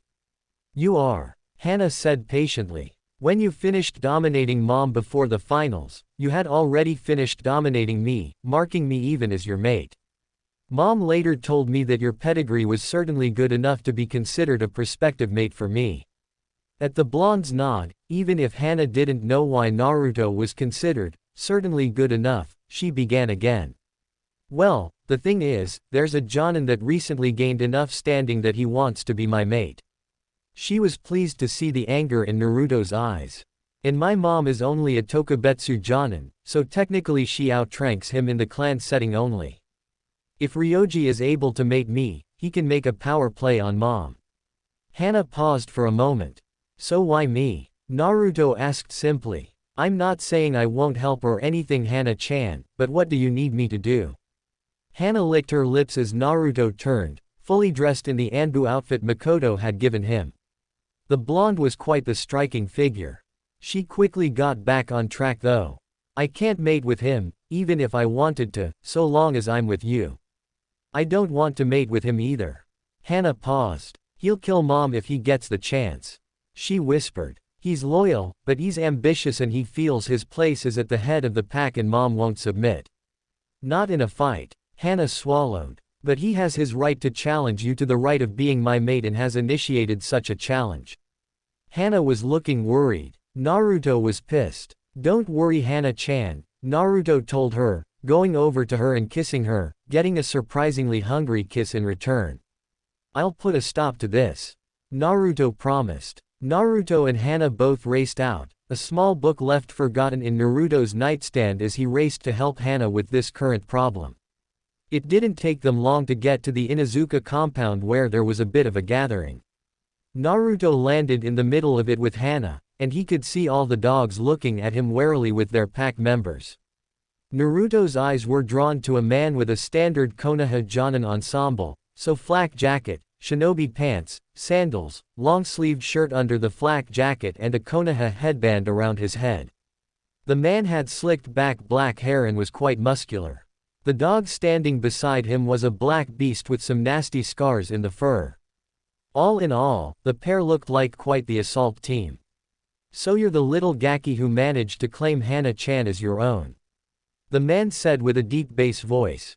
Naruto cracked his neck. Let's get this show on the road, your ugly mug is insulting my mate. He said looking at Hana with a slight smile. The Inuzuka, always eager to see a fight, began to quickly back up so that the contestants had plenty of maneuvering room. Ryoji was confident. He knew who the Kyuubi Gaki was and he was going to enjoy thrashing the blonde. Since I'm Jonin Gaki, I'll take it easy on you. I won't use anything outside my clan techniques. He said it in such a way as though he was insulting Naruto's claim to being part of the clan. Garoga, he shouted out. Showing his experience, his rank, and his skill with the clan techniques, Ryoji didn't even need to transform into the dual-headed wolf with his hound to start the mighty rotation at the blonde. Naruto rushed ahead, meeting the charge head-on. Rasengan, he shouted, spinning up the blue ball and making it spin faster and stronger before driving it into the point of the drill, clashing with it and causing massive winds to be kicked up, blinding and deafening the blonde. Naruto purposely caused his Rasengan to spin in the opposing direction of the Garoga. Now, Ryoji shouted. Naruto heard the distinctive sound of a Garoga from behind and got drilled by Ryoji's partner, blood flying up from the twister and from Naruto's body as he was passed between the two drills. Naruto landed in a lump and slid a ways, blood smearing on the ground. Ryoji landed and looked over to the blonde with a confident smirk. Humph. Some shinobi you turned out to be. He said. It hadn't even been a challenge to win Hana from the blonde. Naruto growled. I'm not dead, and I'm not unconscious. And I'm not submitting. Naruto knew that there was more on the line than Hana realized. Naruto was technically the clan head. Soon wouldn't even get to fight Ryoji if Naruto was beaten here, and the arrogant prick was rubbing Naruto the wrong way for Naruto to want the man to lead the Inuzuka clan. Naruto slowly pushed himself to his feet and looked around, trying for a tactical advantage. His blood was everywhere, even dripping from the mutt's maw and the bastard's claws. Wait, his blood was everywhere. Naruto's mind was going miles an hour and he quickly summoned up his clones, using his go-to jutsu. Only he summoned them up in a mass that surrounded Ryoji and the mutt. It was a tactic that couldn't hope to win and could be seen as a desperation move. Ryoji smirked a little bit. He wouldn't even have to resort to using any more special moves for this. "Let's go Mochizuki," he shouted and rushed forward. He began an onslaught through the clones with his hound, slashing through their pitiful guards with his claws and strength. One didn't dispel though, instead having their cheek ripped through and bleeding. Ryoji grabbed this one by the collar and lifted him up, his hand poised like a spear, ready to rip through the blonde's throat. "Ready to submit, little pup?" he asked with a feral grin. Naruto spit blood into his face. "Go to hell," he said. Ryoji barely restrained himself. "Then any last words?" he asked, drawing his hand back further so he had the additional momentum. Naruto chuckled. "Yeah, I'm Uzumaki, bitch," Naruto said and kicked the man in the groin, making Ryoji howl and drop Naruto, who jumped back. "Seal," he shouted, pressing his hand to a blood marking on the ground. Lines lit up around Ryoji and Mochizuki, lines interconnecting to various seals drawn in Naruto's blood. Ryoji dropped like gravity was crushing him. He tried to lift himself, even use his chakra, but he just couldn't move. He howled in fury, baring his teeth. A sword was placed up under his chin, poised for his throat. Ryoji-san is unable to break free, Naruto told the Inuzuka watching, who were surprised at the upset. One of the advisors of the clan stepped forward to confirm this. "Uzumaki-san is the winner," he said before turning and walking away, his word on the matter final. There wouldn't be a chance to refute it. While a slightly dirty method of winning, Naruto had won. Hana moved over and checked Naruto's back. The blood was already drying and his back was mostly healed. In just a few more moments she saw that his flesh was slowly brought together. Hana activated a small healing jutsu and healed his mouth and chest, accelerating his own healing. Hana then spun him around and kissed him hard on the mouth, full of tongue even. "Thank you, thank you, thank you," Hana said and hugged the blonde tightly to her chest. Naruto grinned at the feel of Hana's chest before he eased himself back. He sheathed his sword and nodded to Hana. "Anytime, Hana-chan," he told her. "There is one other matter that you can help me with, Naruto-kun," she told him, leading him inside the main Inuzuka house, the one that was for her, her mom, and Kiba. "What's that?" Naruto asked as he followed Hana up to her room, the Heimaru brothers soon leaving as Hana opened the door. Hana smirked over her shoulder. "I've been a good bitch, Naruto-sama, won't you please reward your bitch?" she whispered in a husky tone as the blonde closed the door behind him. While bitch is usually used as a derogatory term, especially with female members of the Inuzuka clan, in the context that Hana was using the word, it was more like a title for beta, dirty talk slang for lack of a better word. Naruto growled at the huskier tone. He stepped forward and gently pushed Hana forward so she was bent over the bed. He moved forward and grabbed those tight shinobi pants and jerked his hands to the sides, ripping them at the seams and exposing the red thong, hugging Hana tightly. Hana growled a little bit and she clawed at her vest, getting it off and throwing it to the side of the room. She felt her torso jerk a bit as Naruto ripped off the black tank top, exposing the matching bra. She was practically soaking her thighs at the roughness and dominance the blonde was showing. "Please, Naruto-sama," Hana whimpered. Naruto quickly unbuttoned his pants and pulled him out. "Knees up, Hana," he told her and got her onto her hands and knees on her bed. Hana even lowered her torso down a little bit, making her stick out. Naruto tore off the thong and smacked her on again. The blonde then moved onto the bed and grabbed him with his hand. He pushed the tip inside Hana before he drove himself into her in one hard thrust, making Hana cry out in pleasure and grip her bed. Naruto grabbed the back of her bra and pulled back, feeling the metal clasps bend and release. She fell out of her when he started to thrust into her, grabbing onto her ponytail as he thrust deep into her. Quote exclamation mark. "Yes," Hana howled out as Naruto started her. She wasn't even bothered by the rather rough removal of her clothes, she had more and she could get more. It was the blonde spreading her that was what she wanted. My cunt, please Naruto-sama. She shouted, clawing the bed a bit more as the blonde only got more vigorous with him. Hana pushed back against the hard thrusts of the blonde. She tried looking over her shoulder but Naruto kept pulling on her ponytail. Eventually he removed the band keeping it in place and her hair began to fall in front of her eyes. She looked up to the full-length mirror across from her and caught Naruto looking at her face. Hana licked her lips erotically, causing him to pound into her harder. She wouldn't be caught dead doing this with someone else. Naruto adjusted his hips a little bit. He found it erotic to watch himself pound into Hana and have the busty kunoichi just taking it quite thoroughly. Not only that, but he was mostly dressed. The Anbu jacket was hanging a little loosely on his shoulders, while Hana was stark and her hair was out of the ponytail, her hair bouncing around her face. Naruto picked her up, hands scooping her up by moving up between her thighs and lifting her up. He held her up by under her legs, keeping them splayed as he bounced her up and down and drove his inside of her. Hana shook her head and Naruto leaned in, capturing her lips, probing her mouth with a forceful tongue. Hana could barely think the new position had the blonde driving against her cervix and her G-spot with every thrust. She reached back and grabbed his blonde hair, kissing Naruto more while trying to work her hips to get more of the blonde's hair. Her other hand moved to maul at her, digging her nails into the flesh and groping it tightly. Despite her best efforts to hold back, she could feel herself getting closer quickly. She broke the kiss and her head hung a little bit. Yes, please, oh Kami, me. She howled out, feeling the blonde alpha her tight body and practically reshaping it so only he would fit.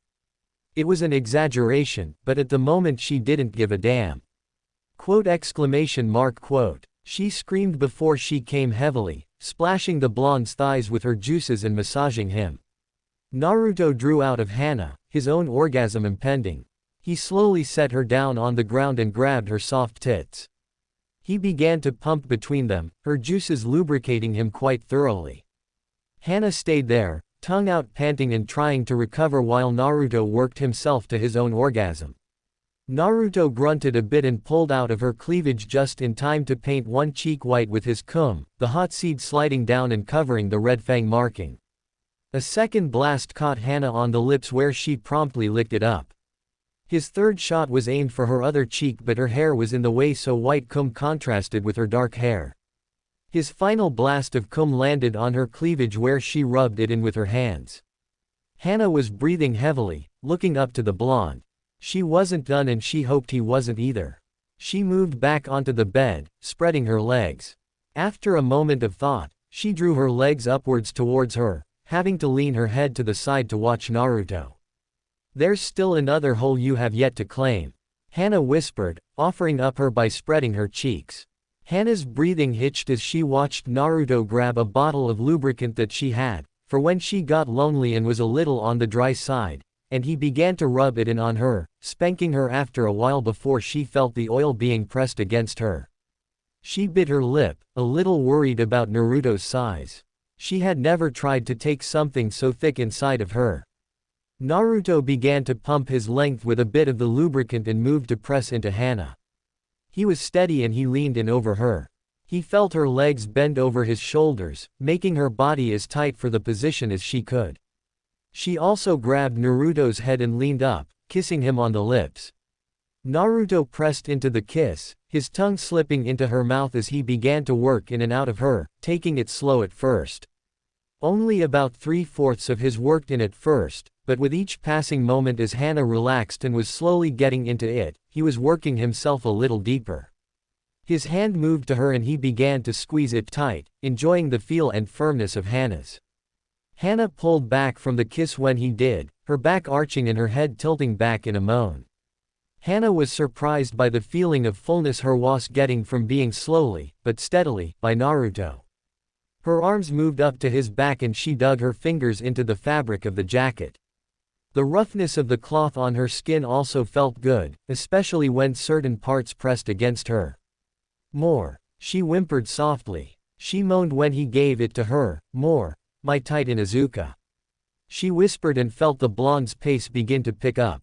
She tightened her hold on Naruto's body, enjoying it and giving little sounds of pleasure.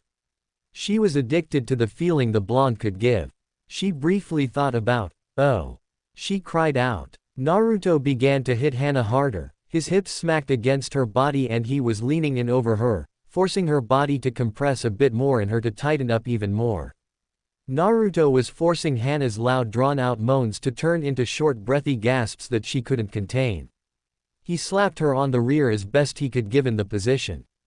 Naruto could feel his orgasm building. He could feel it in the way he would twitch occasionally. He could feel Hana's orgasm building given she had a problem remaining still and was squirming, making her insides tighten around his. He grit his teeth and increased his pace a little bit more, trying to drive her over the edge first. Hana screamed in pleasure as she finally had her release. She could barely believe the sensation she was experiencing. It was a harder orgasm than most anything she had ever had before, and she could feel warmth spreading inside of her, the blonde having released inside of her. Hana closed her eyes a little bit, panting heavily. Naruto eased himself out of Hana, breathing a little heavily himself. He inhaled and soon relaxed himself, sitting on the edge of the bed. Hana slowly sat up, her body feeling a little sore and stiff given the position she was just in. She smiled at the blonde a bit. Hana then went to the bathroom, cleaning herself up a little bit. "Why don't you clean up and then rest here with me, take a short nap?" she asked as she moved to lie on her bed. Naruto moved to the bathroom and cleaned up. He came out and stripped himself of his clothes before moving to lay with Hana. After Tsunade getting into a fight in which he got injured, and then Hana, he was a little exhausted and wanted nothing more to rest for a few hours. A nap sounded good. Hana smiled and pet the blonde on his head as he snuggled up to her side, his head on her. He must have been more tired than she thought. He passed out fairly quickly. Hana saw her door open, the blanket moved up over Naruto and over her mother. Hana saw her mother looking in. "Yes, Mom." Tsume smirked. "So, how was it?" she asked. Hana smirked in return. "Wonderful, as I'm sure you remember. But he was all mine this time." Hana petted his head again, pleased with the outcome. Tsume snorted. "Don't worry, I'll get the pup to myself eventually," Tsume said as she walked out of the room, closing the door behind her. Hana smiled and snuggled into the blonde to go to sleep. Naruto awoke the next day and looked at the form of Hana. He smiled briefly, memories of the day before coming back to him. He patted her gently before he got up and got dressed before heading downstairs. He would take a shower when he got home. Naruto raised an eyebrow at seeing Kiba, who was eating a bowl of cereal. The Inuzuka boy was watching Naruto. Naruto moved over and sat down across from him. "So." Kiba put the spoon down and rubbed his chin a bit. "So, Ryoji, why didn't you kill him? Hell, why didn't you bust out some of your bigger moves?" Naruto raised an eyebrow. "That's all you're curious about?" he asked. Kiba shrugged. "Sure, I'm curious as to how you got to be Hana's mate. I'm curious as to how you got strong enough to beat an Inuzuka Jonin. And yeah, I'm curious as to your pedigree to be able to essentially mate with my clan's princess, but that's all above my pay grade according to Mom, so I won't touch that." Naruto blinked a bit. Since when did Kiba have a brain? Naruto shook his head. "Too many people were around for me to use some of my bigger moves. They're all too dangerous to just use without any respect to my surroundings." Widespread destruction was not on Naruto's mind. As for why I didn't kill Ryoji, well, sure, he's a prick, but that's not my fault, is it? He's technically a loyal Konoha Jonin, and if I had killed him, it would be difficult, exceedingly difficult, to just brush under clan politics. Beating this the way I did is simpler. Kiba nodded and took another bite. "Seems like you're taking this whole Chunin thing pretty well." Naruto shrugged. "I do what I can," he said before standing up. "I'm going home, I'm getting a shower, and then I'm taking a damned mission." He grumbled as he walked out and started at a leisure pace to get home, sticking to the back alleys to do so. He didn't want to be blindsided by one of the girls, not right now. Naruto entered his apartment and closed it before locking it. He headed to his bathroom and caught a shower, scrubbing himself clean. Naruto went to his room and tossed his clothes into a hamper and sat down on the bed in nothing but a towel. He rubbed his face a bit, trying to focus a bit. He was having less and less time. I'm going to have to start putting everything in a schedule planner or something, he said as he got dressed in an orange jumpsuit. Naruto fixed everything right and shook out his hair before tying on his headband.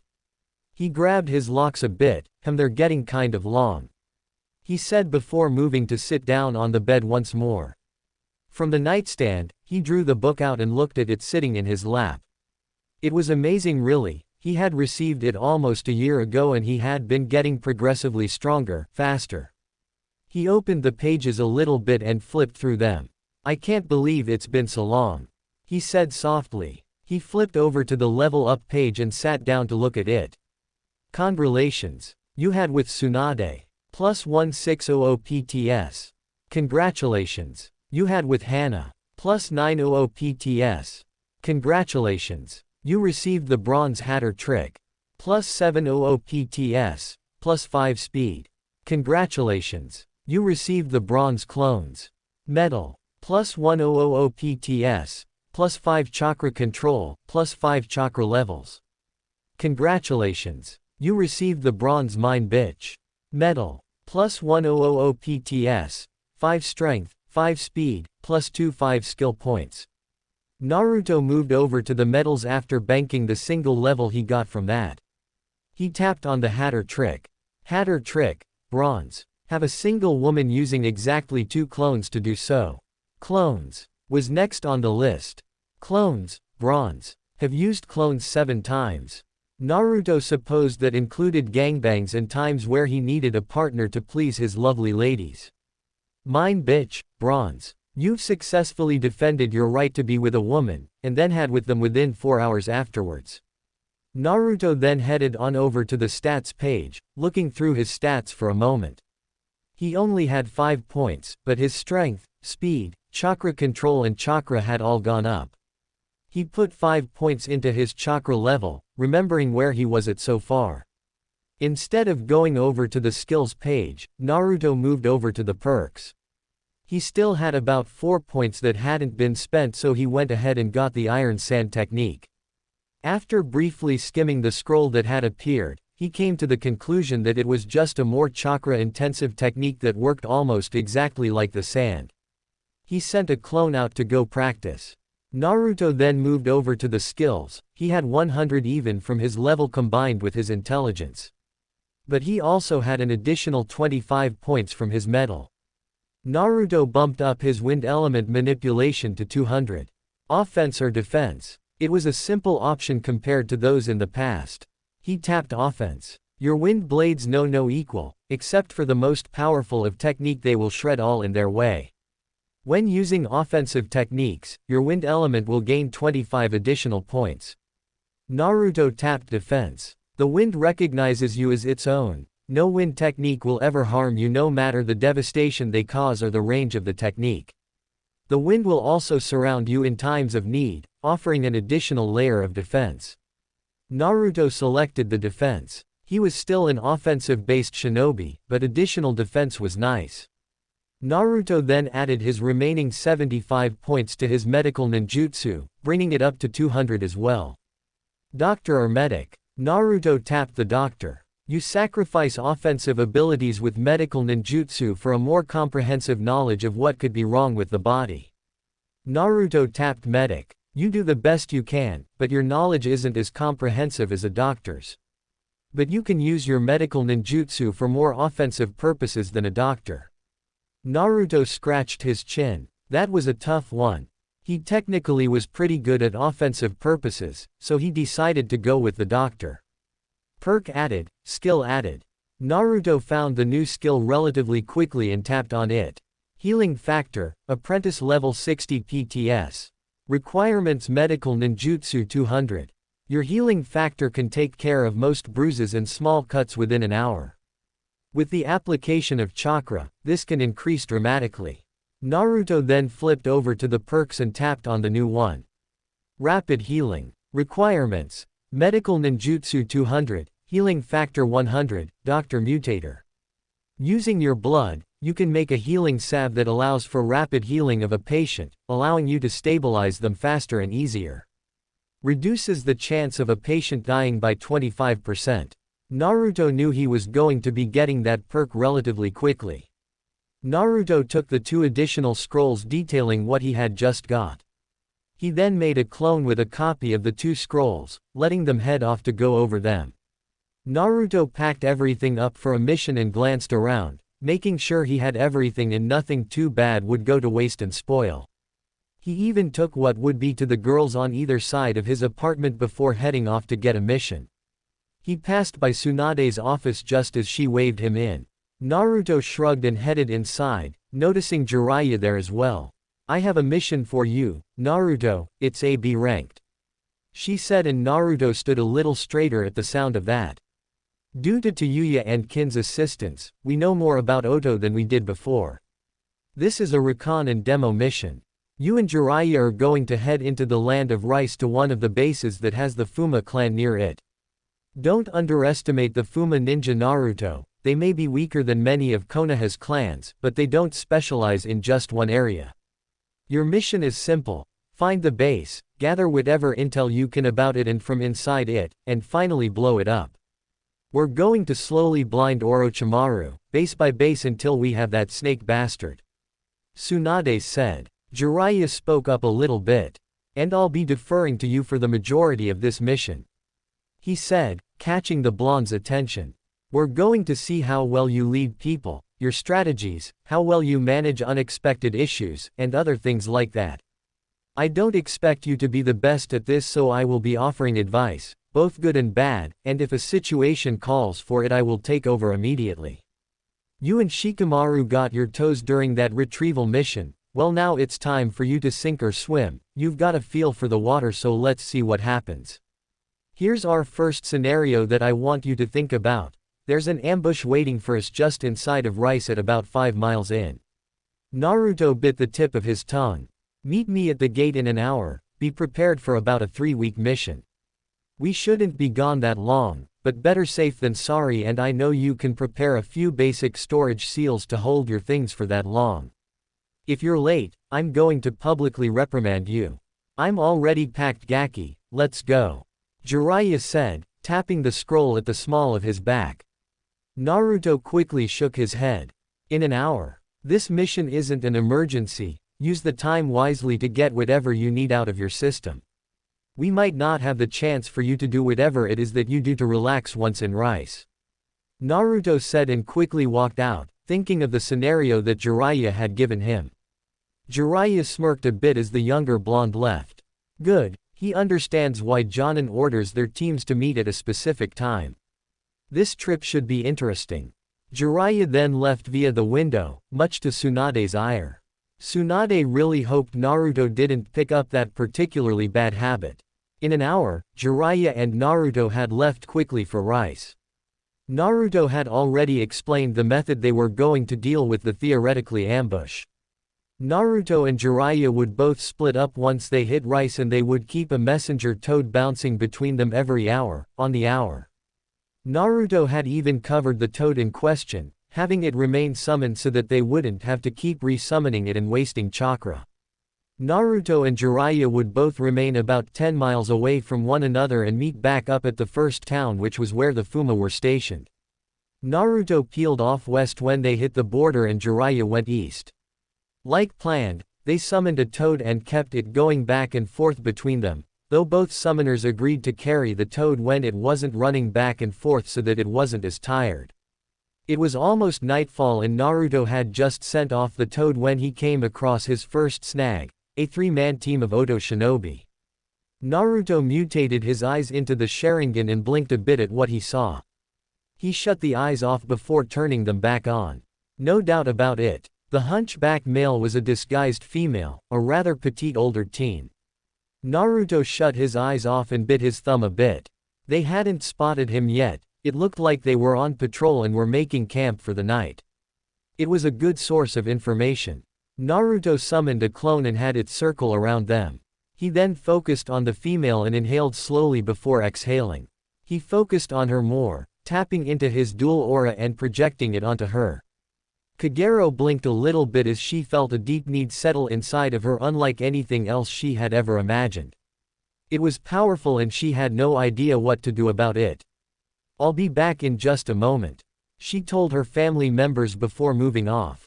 They knew sometimes she did so for some privacy away from them. It wasn't like they didn't know she was a female after all. When she was out of sight and earshot, she had no idea of the clone that had struck, using a genjutsu to knock out her teammates. Kagero got a little further away and she was breathing heavier as she dropped her transformation. "Oh," she whispered softly as she kept going, feeling the heat pull between her legs. She made it to a tree and she leaned back against it, biting her lower lip as she brushed her hand down over her smaller. "Oh," she moaned softly. She never really had to worry about people or someone hearing her. She didn't exactly have the curves a pervert would desire, and she was so soft-spoken that her orgasm barely made it sound like she was speaking at a normal decibel. Her hand moved lower and she shuddered a bit more. Oh, yes," she whispered, licking her lips. Her hand brushed her thighs and she was about to pull up the dress when she saw a blonde step into the clearing. Almost as soon as she recognized him as a Konoha shinobi, the feeling of heat doubled and she collapsed to her knees. She looked up, her thighs rubbing together. "I will not betray Orochimaru-sama," she whispered. Naruto walked over to the female Oto nin and crouched down in front of her. "I'm not going to hurt you," he said and cupped her cheek, keeping his dual aura focused on her. He could see her nipples poking against the front of her dress and took that as a good sign. "What's your name?" he asked, feeling her nuzzle her cheek against his palm. She kissed his palm slightly. "Kagero Fuma," she whispered, surprised at how such a simple touch could make her calm down. Her head felt hazy, liquid was pooling between her legs. "My name is Naruto Uzumaki," he said and offered her a gentle smile. "Can I call you Kagero-chan?" he asked her, stroking her cheek with his thumb. "Yes," she said excitedly, though to be fair it wasn't much higher than her whisper. She was so happy to be called Kagero-chan, it meant that Naruto liked her. Naruto leaned in and kissed Kagero softly on the lips. "I need your help, Kagero-chan. I know it will be hard for you to do so. I can help you and your family." Kagero bit her lip. If it helped her family, she would do anything. But Orochimaru was an enemy of Konoha. What if the blonde wanted her to go against Orochimaru? "I need Kagero-chan in the base around here. Kagero-chan, you don't have to accompany me inside the base, and you just need to get me to it. Can you do that?" Naruto asked. Kagero shook her head, biting her lip and bowing her head, desperately hoping Naruto wouldn't hate her. She felt something breaking inside of her at the thought. The heat wasn't going away either and it made it difficult to think. Naruto tilted Kagero's head up and kissed her softly on the lips. "I want to help your family, Kagero-chan. The Fuma clan can be stronger in Konoha. Protection for the civilians and those unable to fight, and many teachers willing to train those wanting to protect their family just like you." He kissed her softly once more. Kagero's head was getting hazy, it was hard to think of the desire she had for the blonde. One hand moved to her and she began to grope herself, trying to relax some of the desire. But the Hokage," Kagero whispered. Naruto kissed Kagero softly. "The Hokage is close to me and I hold a little bit of sway, Kagero-chan." Not really when it came to her decisions, but the Fuma clan would actually be a boon to Konoha and Tsunade wasn't going to simply pass it up. "I can help you take with you anything you want also." Kagero rubbed her thighs a bit, feeling moistness sliding down her thighs as she pinched at her nipples a bit. It was getting a little easier to think. She could see the rift in the family that working for Orochimaru was causing. She could see, just a little bit, that Konoha would be better for her family. She had no idea that due to the dual aura, it was making her view Naruto more as her lord than Orochimaru. Kagero licked her lips softly, tasting the blonde from his kisses on her lips. Her desire was a potent thing, she had difficulty thinking, but as she was teasing her nipple and rubbing her thighs together it was a little easier. Can I be with you, Naruto-sama?" she asked. "I do not care if I have to be a slave in a harem, to be used only for your pleasure, but please Naruto-sama, let me be with you." Naruto brushed his thumb over her cheek. Kagero-chan, I treat every one of my lovers equally. He kissed her softly. If you want me, then you can have me. It might go over better with some of his more devoted lovers as well that Kagero hadn't tried to kill him. He kissed her again and this time he probed his tongue into her mouth, almost immediately getting Kagero to moan. Kagero ran her hands over Naruto's chest, unzipping his jacket and pushing it off of his chest. She pulled back from the kiss and peeled the mesh shirt off of his chest. Kagero moaned, running her fingers over his strong chest. She moved her hands to his pants and unzipped them, licking her lips as she drew his out. He was so big and hard already. Boldly, Kagero stood up, Naruto coming up with her as she did so. She removed the dress on her body and let it pull off to the side as she removed the panties she wore as well. She leapt into Naruto's arms, kissing him once more, her tongue this time probing his mouth. Naruto was surprised at the boldness of the lithe older teen as she leapt into his arms. He hadn't expected it in the forest but he wasn't exactly against it either. His hands grabbed at her feeling the smooth creamy skin. She moaned into his mouth at his touch. Who would have thought that the dual aura would work so strongly against her? Kagero moaned a little bit more, moving Naruto's lips to her neck. Her moans were near silent, but they were noticeable for her lover. She reached down behind her, stroking his thigh with her slender fingers. She rubbed against her entrance before pushing down, wincing as she made him forcefully take her virginity. Naruto was surprised and he stilled himself and just held the softly whimpering Kagero. She had been rather forceful. He stroked her spine and her softly, trying to make it up to Kagero. It wasn't long before she started to move on his hips and Naruto wondered if it was too soon. He kissed her neck anyways, teasing her so that she would relax a bit more. Kagero felt full, there was no other explanation for how she felt. She even hurt, but she was determined.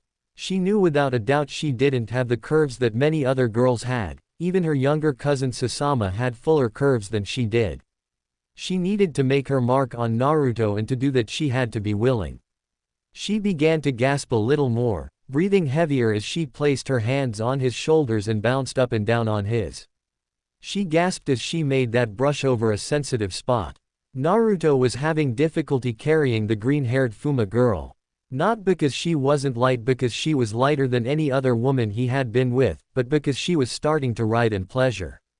He kissed her petite, they were the smallest he had seen but he was going to treat them the same as he would one of his bustier lovers. He kissed at the flesh and nibbled on her nipple a little bit, his fingers roamed over her. She was a tight find. Yes, Naruto-sama. Kagero called out, feeling him on her nipples.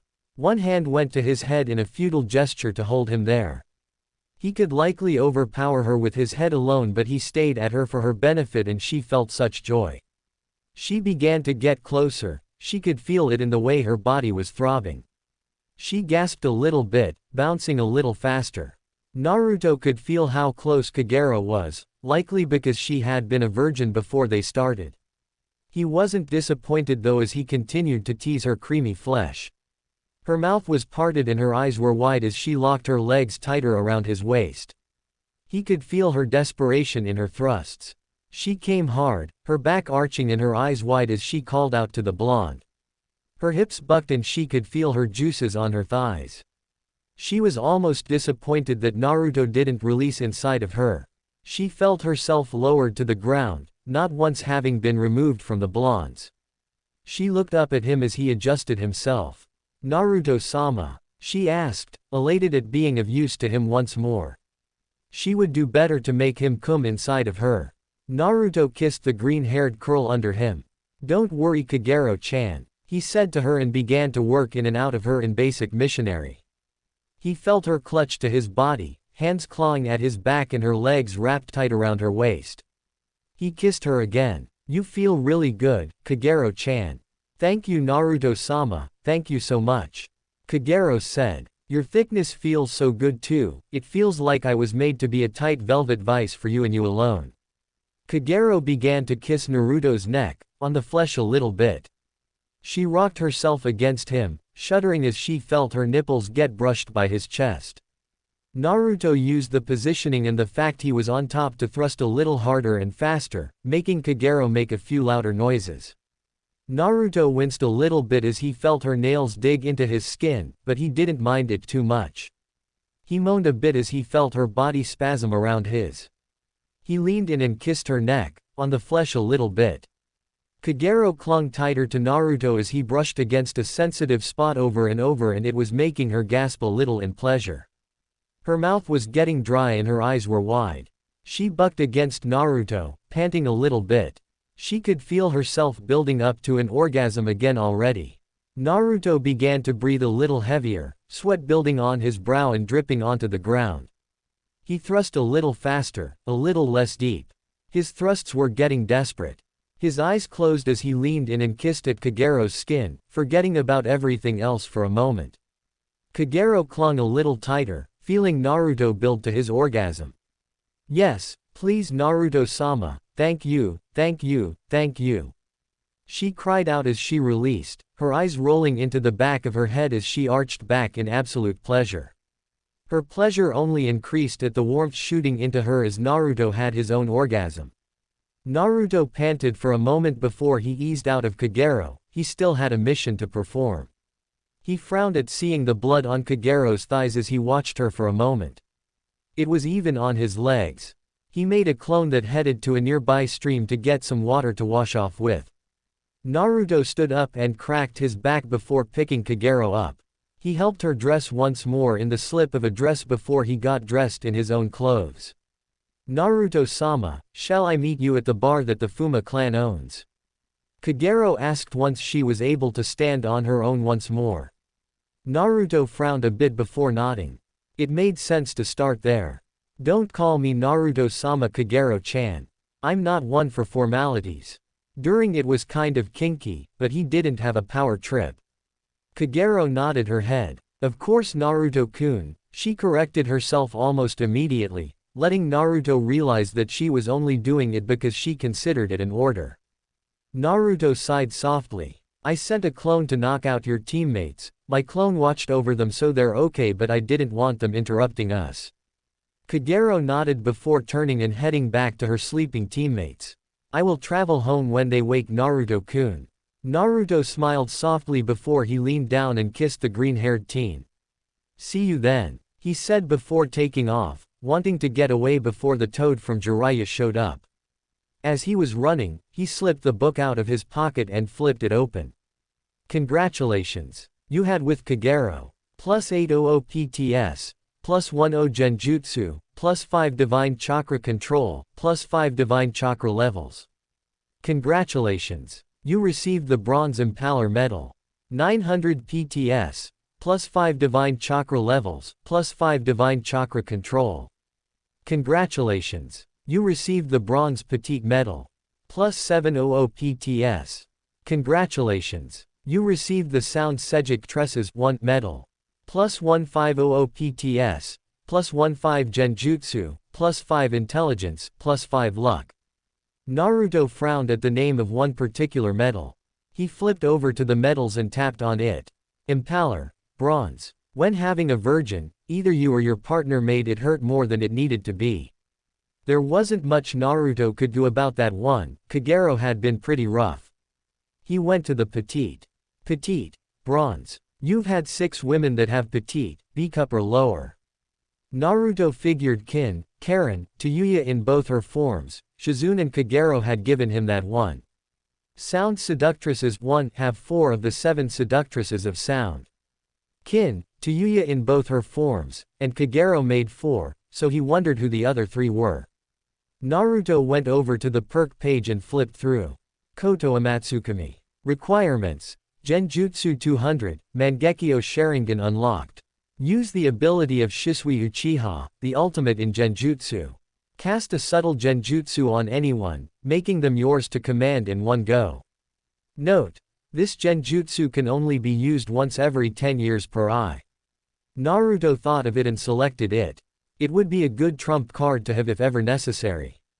He tucked the book away and kept running. It wasn't long into the night before he made it to town, having sent a toad back to Jiraiya explaining what happened. They were bothered by the Fuma for a brief moment before they had proven not only were the Fuma biting off more than they could chew and that they were there to help.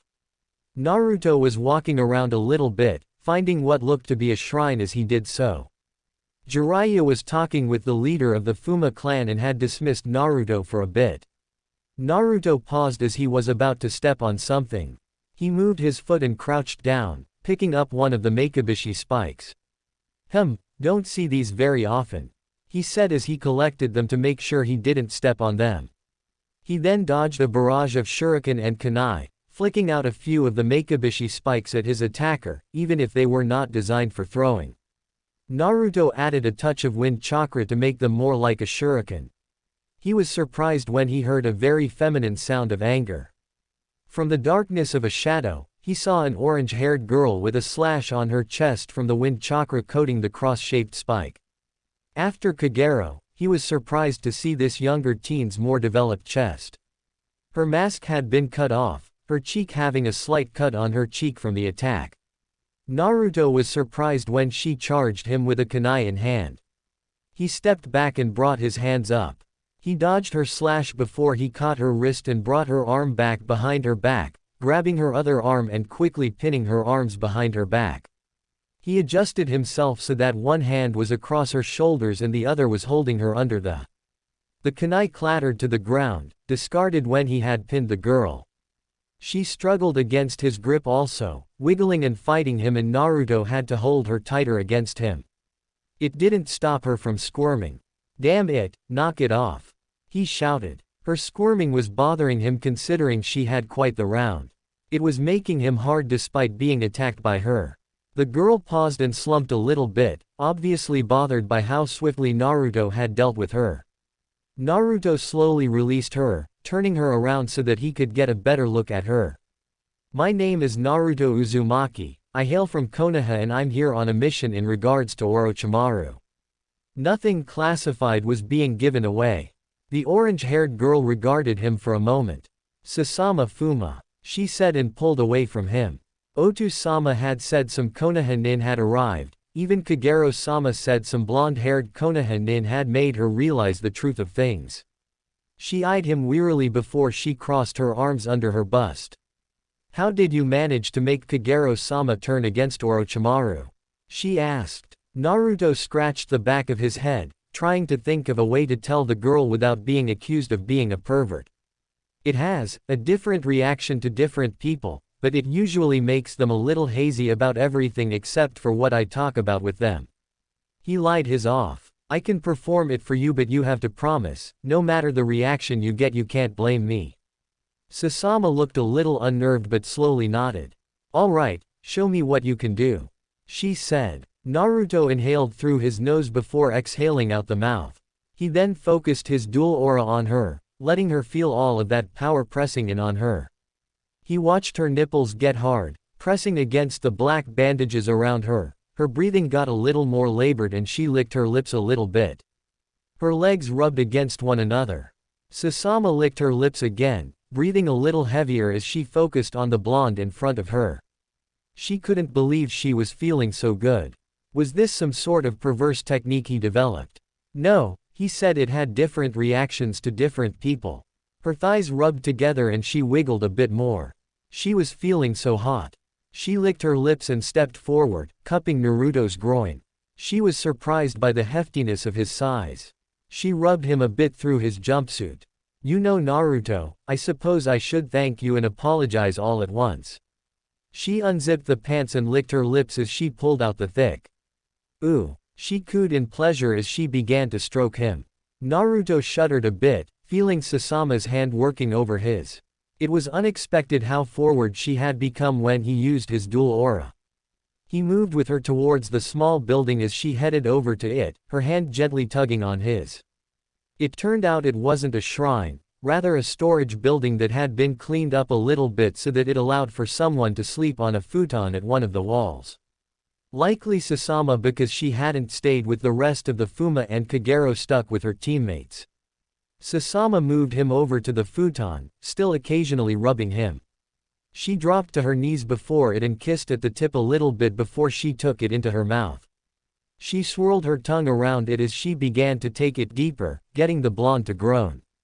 She was so hot and horny, all from his technique. Naruto reached up and brushed her hat off of her head, moaning a bit as he felt her take him deeper into her mouth. He could tell she had never done this before just by the slight hesitation she had when working her tongue over him. That was fine with him, he'd let her experiment a little bit to see what felt good for both of them. Susanoo drew off of the and lifted her shirt up off her body, removing the bandages with it and tossing it over to the side. She stood up and moved over to the futon, removing her pants and sandals, motioning Naruto over. She laid down on her back, fingers slipping between her lips and spreading herself open. "Please Naruto-kun, take me," she whispered softly. Naruto undressed as he moved over between Susanoo's legs and looked into her eyes for a moment. "Are you ready for this?" he asked, grabbing the shaft of his and pressing it to her entrance. Susanoo rubbed herself up and down against his, her glistening slit soaking the tip of his. "Yes, Okami, yes, please," she said. Naruto nodded and pressed in, pushing deep inside of her in one smooth motion. He paused when he was fully inside of her, having felt her hymen break and he felt her tensed under him. Naruto gently cupped Susanoo's cheeks. "Focus on me Susanoo-chan," he said to the orange-haired girl. "Don't focus on the pain." He kissed her softly. Susanoo blinked away her pain a little bit and focused on those intent blue eyes. She focused on Naruto's face and the way his hands felt against her face. She nodded softly to him, turning to kiss the palms of his hands a little bit, trying to let the pain ebb. Naruto watched her nod after a while and he began to work in and out of her again. He had been a little rougher than he had meant to be with the initial penetration. He gently stroked Susanoo's cheeks, looking down to her as he worked in and out of her using just his hips and thighs. When he felt her arms snake up around his neck, he leaned in and better positioned himself, his arms holding himself over her. He felt the swell of her brushing against his chest as he worked himself in and out of her. Susanoo felt a few twinges of pain, but they were quickly fading away as her body learned to accommodate the blonde. He was pushing so deep inside of her body. She wrapped her legs around his waist, moaning as he steadily increased the pumping motion. She squirmed a little bit on him, it felt so good.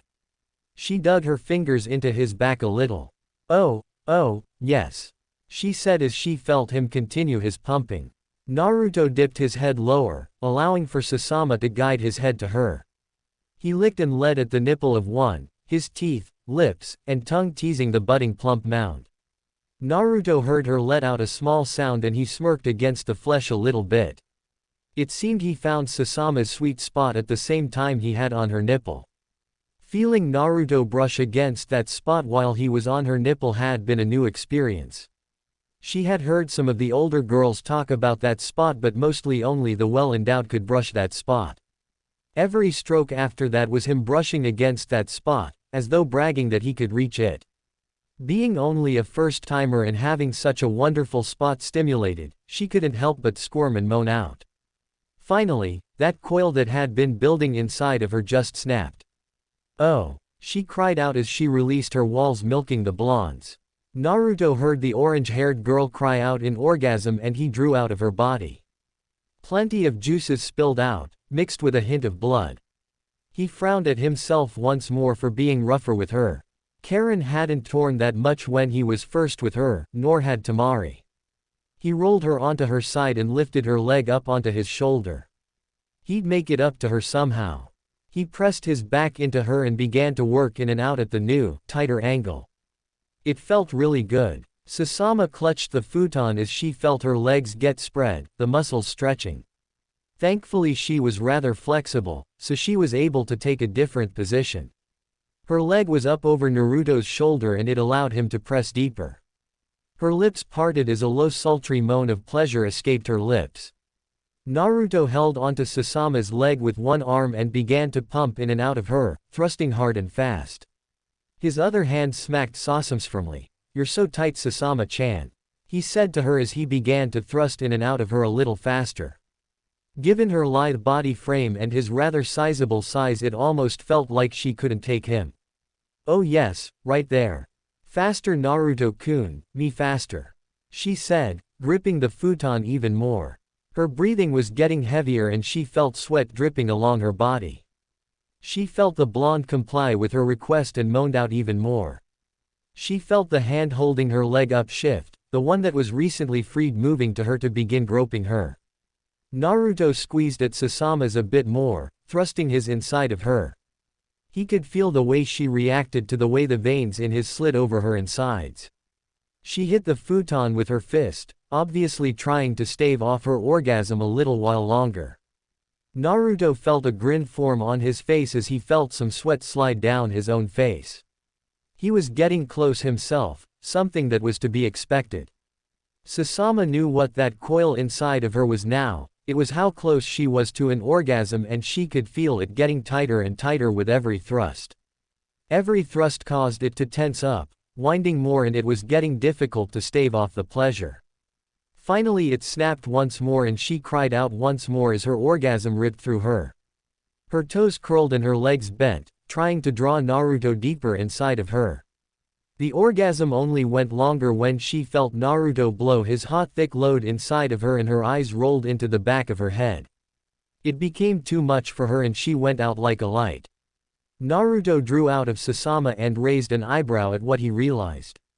He had her unconscious. He allowed his mind to think on that while he caught his breath a little bit more. While he would like to lay with her and hold her until she woke up, something he learned that most of the girls he was with liked, he couldn't.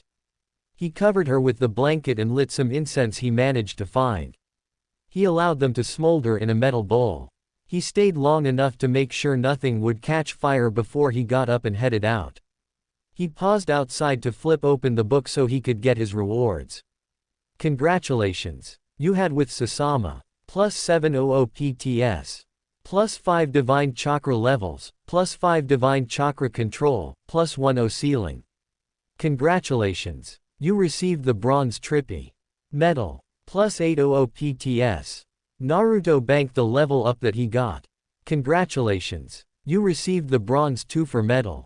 Plus 1000 PTS. Plus 5 Endurance.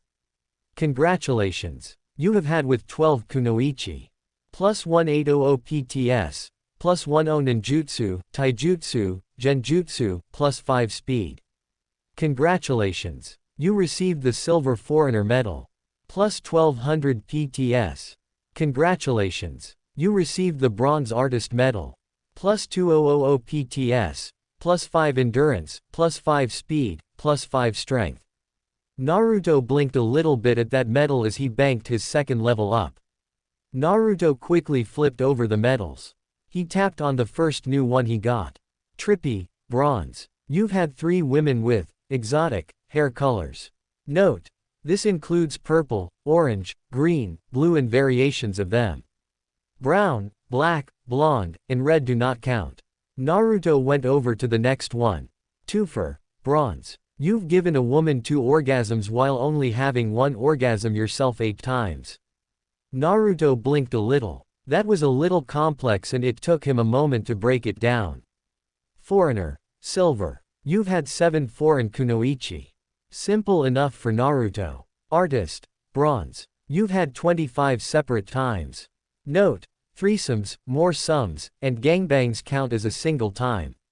Naruto moved over to his stats, scratching his chin a little bit.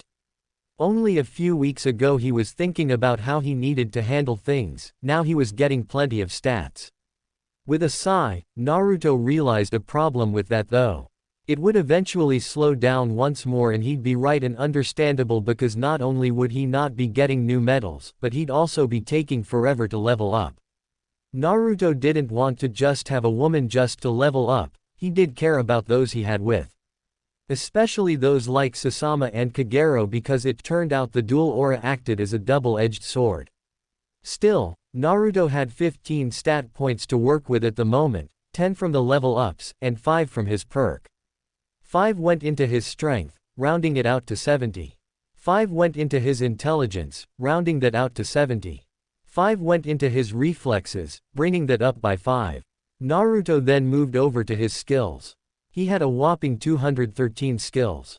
Naruto finished off Water Elemental Manipulation, using half of his points to do so. He did the same with his lightning elemental manipulation as well. 10 points went into his massage skill. Naruto then tapped on the recently mastered water elemental manipulation. Offense or defense? Again, it was a simple option for Naruto. He tapped offense. Your water elemental manipulation is powerful enough to blast through any rock wall. You gain an additional 25 points to your water elemental manipulation when using it for offensive purposes. Naruto figured that the defense would be exactly the same as the wind elemental manipulation just for water, so he decided to just go with the defense. Water wasn't exactly an offensive technique. Naruto then tapped on the lighting elemental manipulation. Offense or defense? Naruto tapped an offense. You have mastered your inner energies, realized the ebb and flow of the electrical impulses. You can launch lightning from your fingertips without using a jutsu. Naruto was more than a little surprised at that. He tapped defense. You've come to understand lightning around you. You sacrifice the ability to launch lightning from within to instead redirect lightning through your body and outwards at your opponent. Naruto tapped his chin. So either he could shoot lightning from his fingertips or he could redirect lightning. Well, damn, he said, trying to decide. He pulled out a coin and flipped it. He chose the defense when he caught the coin. Perk unlocked. Naruto decided he would go see this perk. He tapped on it. Storm release. Requirements. Meet Darui of Kumo, lightning manipulation 150, water manipulation 150, wind manipulation 150. You can combine your elements into a deadly new elemental release. Naruto looked at the book a little longer. Who is Darui? He asked himself before shaking his head. He tucked the book away and headed out to meet up with Jiraiya once more. As it turned out, Jiraiya had another job for him. He had to act as though one of his men was injured, Jiraiya, but stable enough to continue the mission. Naruto was ordered to leave a clone with Jiraiya, and Kagero led Naruto towards the Oto base the next day. If Naruto was in danger, he was to pop the clone and Jiraiya would have Naruto reverse summoned out of there. Naruto made his way through the traps. Some of them he tested his iron sand on, ripping chunks of stone from the walls to use as shields. Naruto came to a three-way split and scratched his chin. He summoned 2 clones and began to walk down a random path. As Naruto got further along his hallway, he felt himself getting drawn into a sound-based genjutsu, used by someone playing an instrument. Naruto rolled his eyes a little bit. To Yuya's better. He muttered a bit as he flashed his Sharingan, breaking the connection because he could see through it. He cut it off and instead turned on his Rinnegan. Naruto paused as he felt a clone get popped by a rushing blast of water. The second clone popped outside with Kagero, having been captured by this named Arashi that sealed it into a barrier pyramid of chakra and was slowly crushing the clone. His clone just used the Rinnegan's ability to absorb chakra and broke free. A tap to the back of the idiot's neck and he was unconscious. Lazy clone, Naruto said as he summoned a new one. Forgot to look for anything of importance. He then kept on walking as the new clone wandered off once more. You can come out now, Kotoheim. Naruto called out, having already been briefed by Kagero on who really was left in the base. Moments later, a beautiful woman in a flowing kimono was walking up to him. Greetings, you know who I am, she said as she moved around him, flowing with a grace and aura that Naruto wasn't sure what to make of. Yet I do not have the luxury of your name, she said. Uzumaki Naruto. The blonde told her and felt her fingertips brush along his upper back and shoulder as she moved in front of him once more. Kotoheim licked her lips, keeping her hand from the seal on her wrist that would activate the room's trap. Maelstrom, such a strong, powerful name. Kotoheim's hand went lower to Naruto's groin, cupping him and rubbing him through his pants. Seems something else about you is strong and powerful. Naruto reacted in an obvious way. Despite how much control he might have over himself, it was still hard to not react to a good-looking woman rubbing him. You have no idea, he told Kotoheim in response to her second statement. Kotoheim licked her lips and pressed closer, pushing her against his chest. Then let me see Uzumaki-sama, she said and flowingly sand to her knees. Her nimble fingers made short work of the zipper and the button before she was taking his into her mouth. Naruto moaned out loudly, his hand moving up to Kotoheim's hair and sliding through it to grab at it a little bit. Where Sasama had been inexperienced, Kotoheim was quite skilled, taking him deep, even into her throat. Her tongue lashed all over the sides of his. "Oh hell," he whispered. Kotoheim brought her hand up to Naruto's balls and began to fondle them while she kept on his. She knew it was strong and powerful, so thick and meaty in her mouth. But she knew her duty, she was not to speak, she was only to please. She felt his hand pressing against the back of her head and effortlessly, she slid her lips further down his, taking him deep into her throat. Her lips touched the base and she rolled her eyes up to look at him while she made a swallowing motion, massaging his length with her throat. Naruto moaned out louder, looking down to her eyes. Kotoheim had no problem working him over. He couldn't tell if it was a good thing or a bad thing yet that her hands didn't wander from where she placed them, one on his thigh and the other squeezing and teasing his balls. He gripped her hair a little bit when he felt her make that swallowing motion. Naruto said. Kotoheim pulled back off of the, back to the tip and she relaxed her jaw and her mouth, placing both hands on her lap. She flicked the tongue around the head of his, looking up once more almost expectantly of him, almost like she craved what was to come next. Naruto grabbed the sides of her head and he began to vigorously thrust into her mouth, grunting a little bit as he finally felt her gag and moan from the actions. It seemed he finally got what she enjoyed, or at least had trained to enjoy. Saliva spilled out of her mouth from his pace and splattered her on her cleavage. Naruto couldn't believe how close he was getting from her hot mouth, and she wasn't even really doing anything.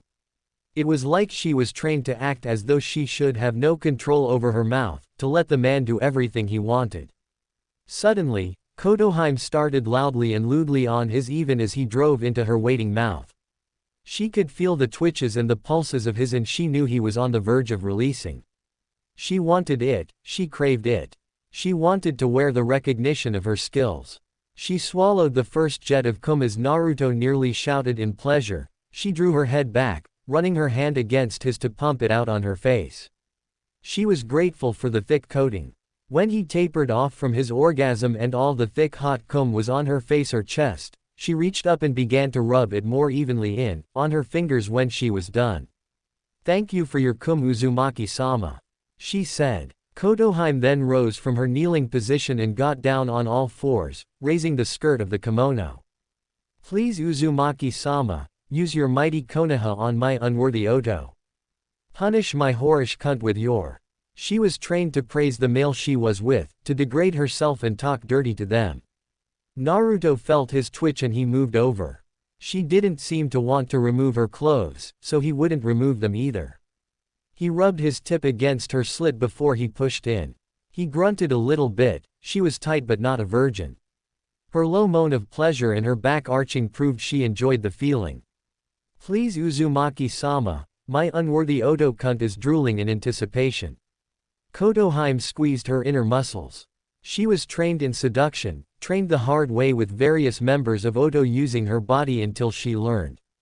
Now her body was but another tool to her. She knew her genjutsu using the koto didn't work, so she would use her body.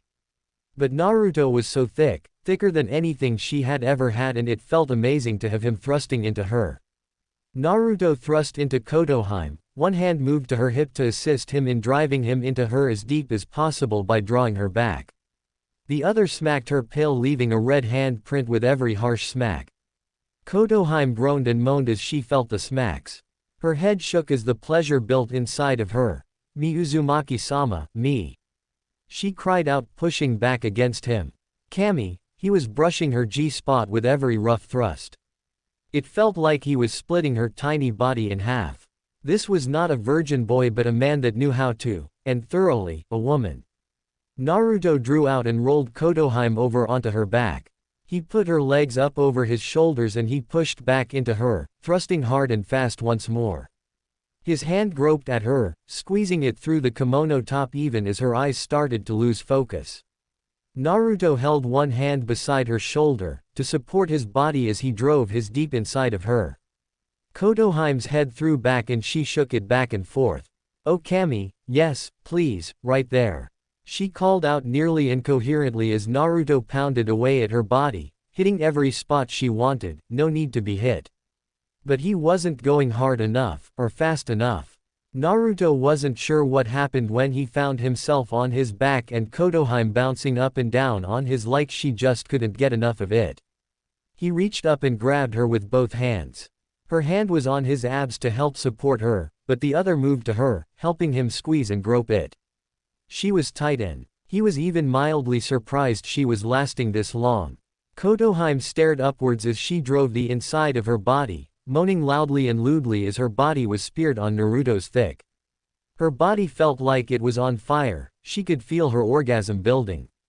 She was going to come, she could feel it was going to be a massive orgasm. Her entire body shook but she just couldn't stop. Her back arched as she slammed down one final time and she screamed in orgasm, her juices spilling out all over Naruto's waist and his thighs as her body shook. Naruto grunted as he felt Kotohime's tight walls squeezing him, milking it for his cum.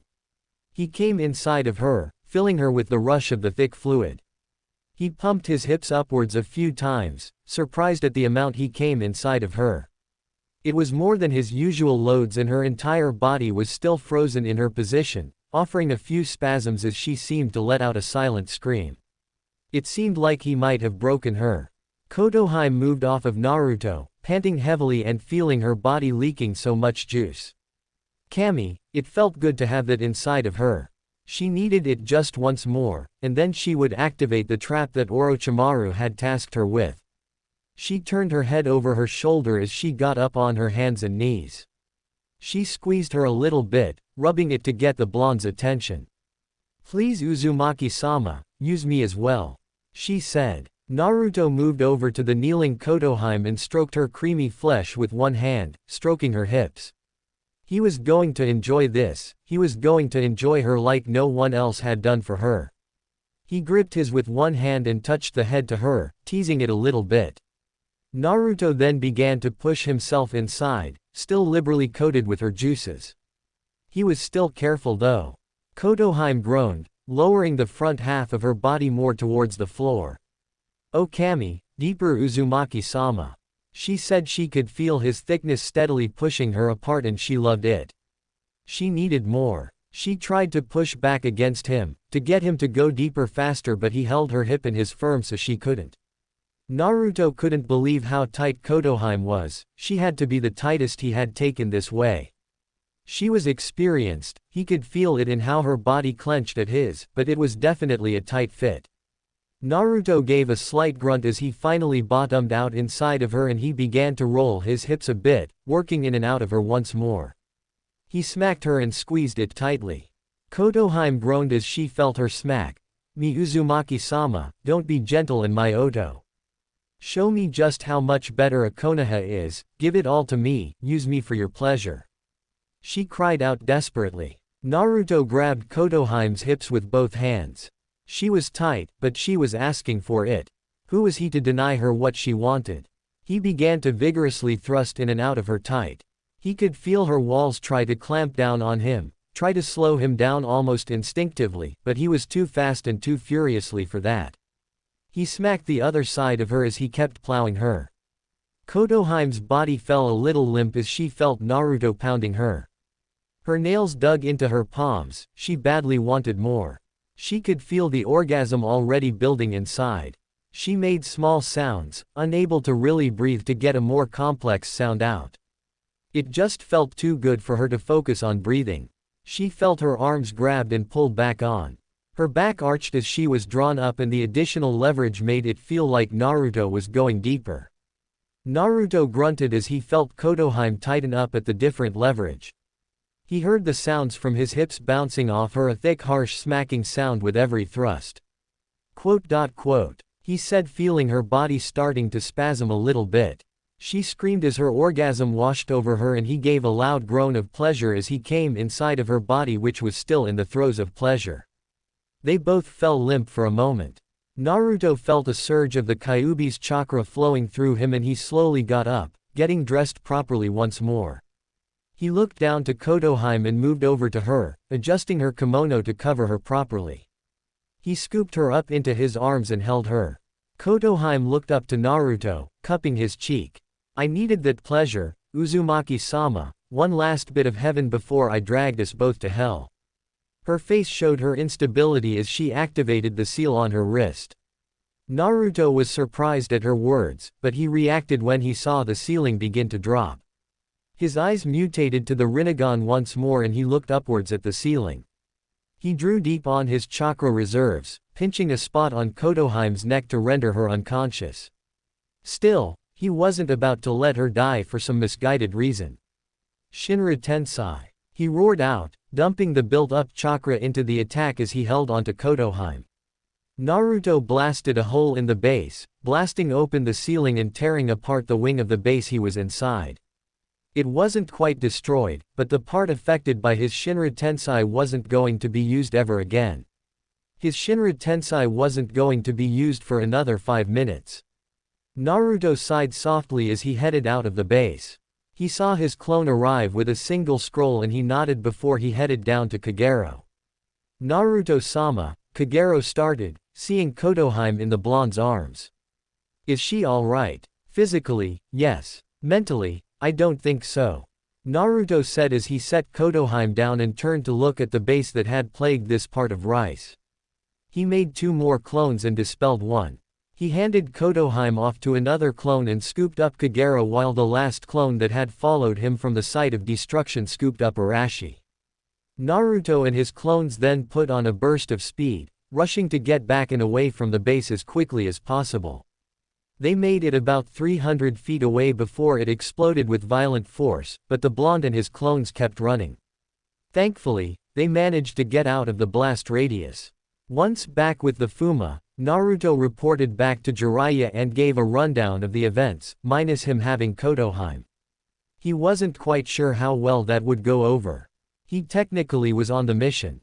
Naruto found a quiet spot before he drew the book out of his pouch and flipped it open. Congratulations. You had with Kotohime. Plus 800 PTS. Plus 20 Genjutsu. Congratulations. You had with all available members of the Fuma clan. Plus 2500 PTS. Plus 20 Genjutsu. Naruto was unsurprised by the fact he didn't have any medals that time. He was sure however that he might get more later on. He then packed up his things to get ready to go back to Konoha. He was surprised at how quickly things went. Before he left though, he handed a Hiraishin Kunai to Kagero to call upon him if ever needed. He told Sasama that she'd have to ask Kagero and then he also told Kagero not to be stingy about it. And to use it sparingly, not anytime they wanted. He and Jiraiya quickly made their way back to the village, Naruto feeling a little bit anxious for what was in store for him ahead. And that's the end of part 6. How did you like this part? Tell me in the comments, which girl is your favorite in Naruto's harem so far? If you want part 7, then please like this video and comment, next part. Thank you so much for watching. Don't forget to subscribe and hit the bell icon. I'll see you in the next part. Take care, bye.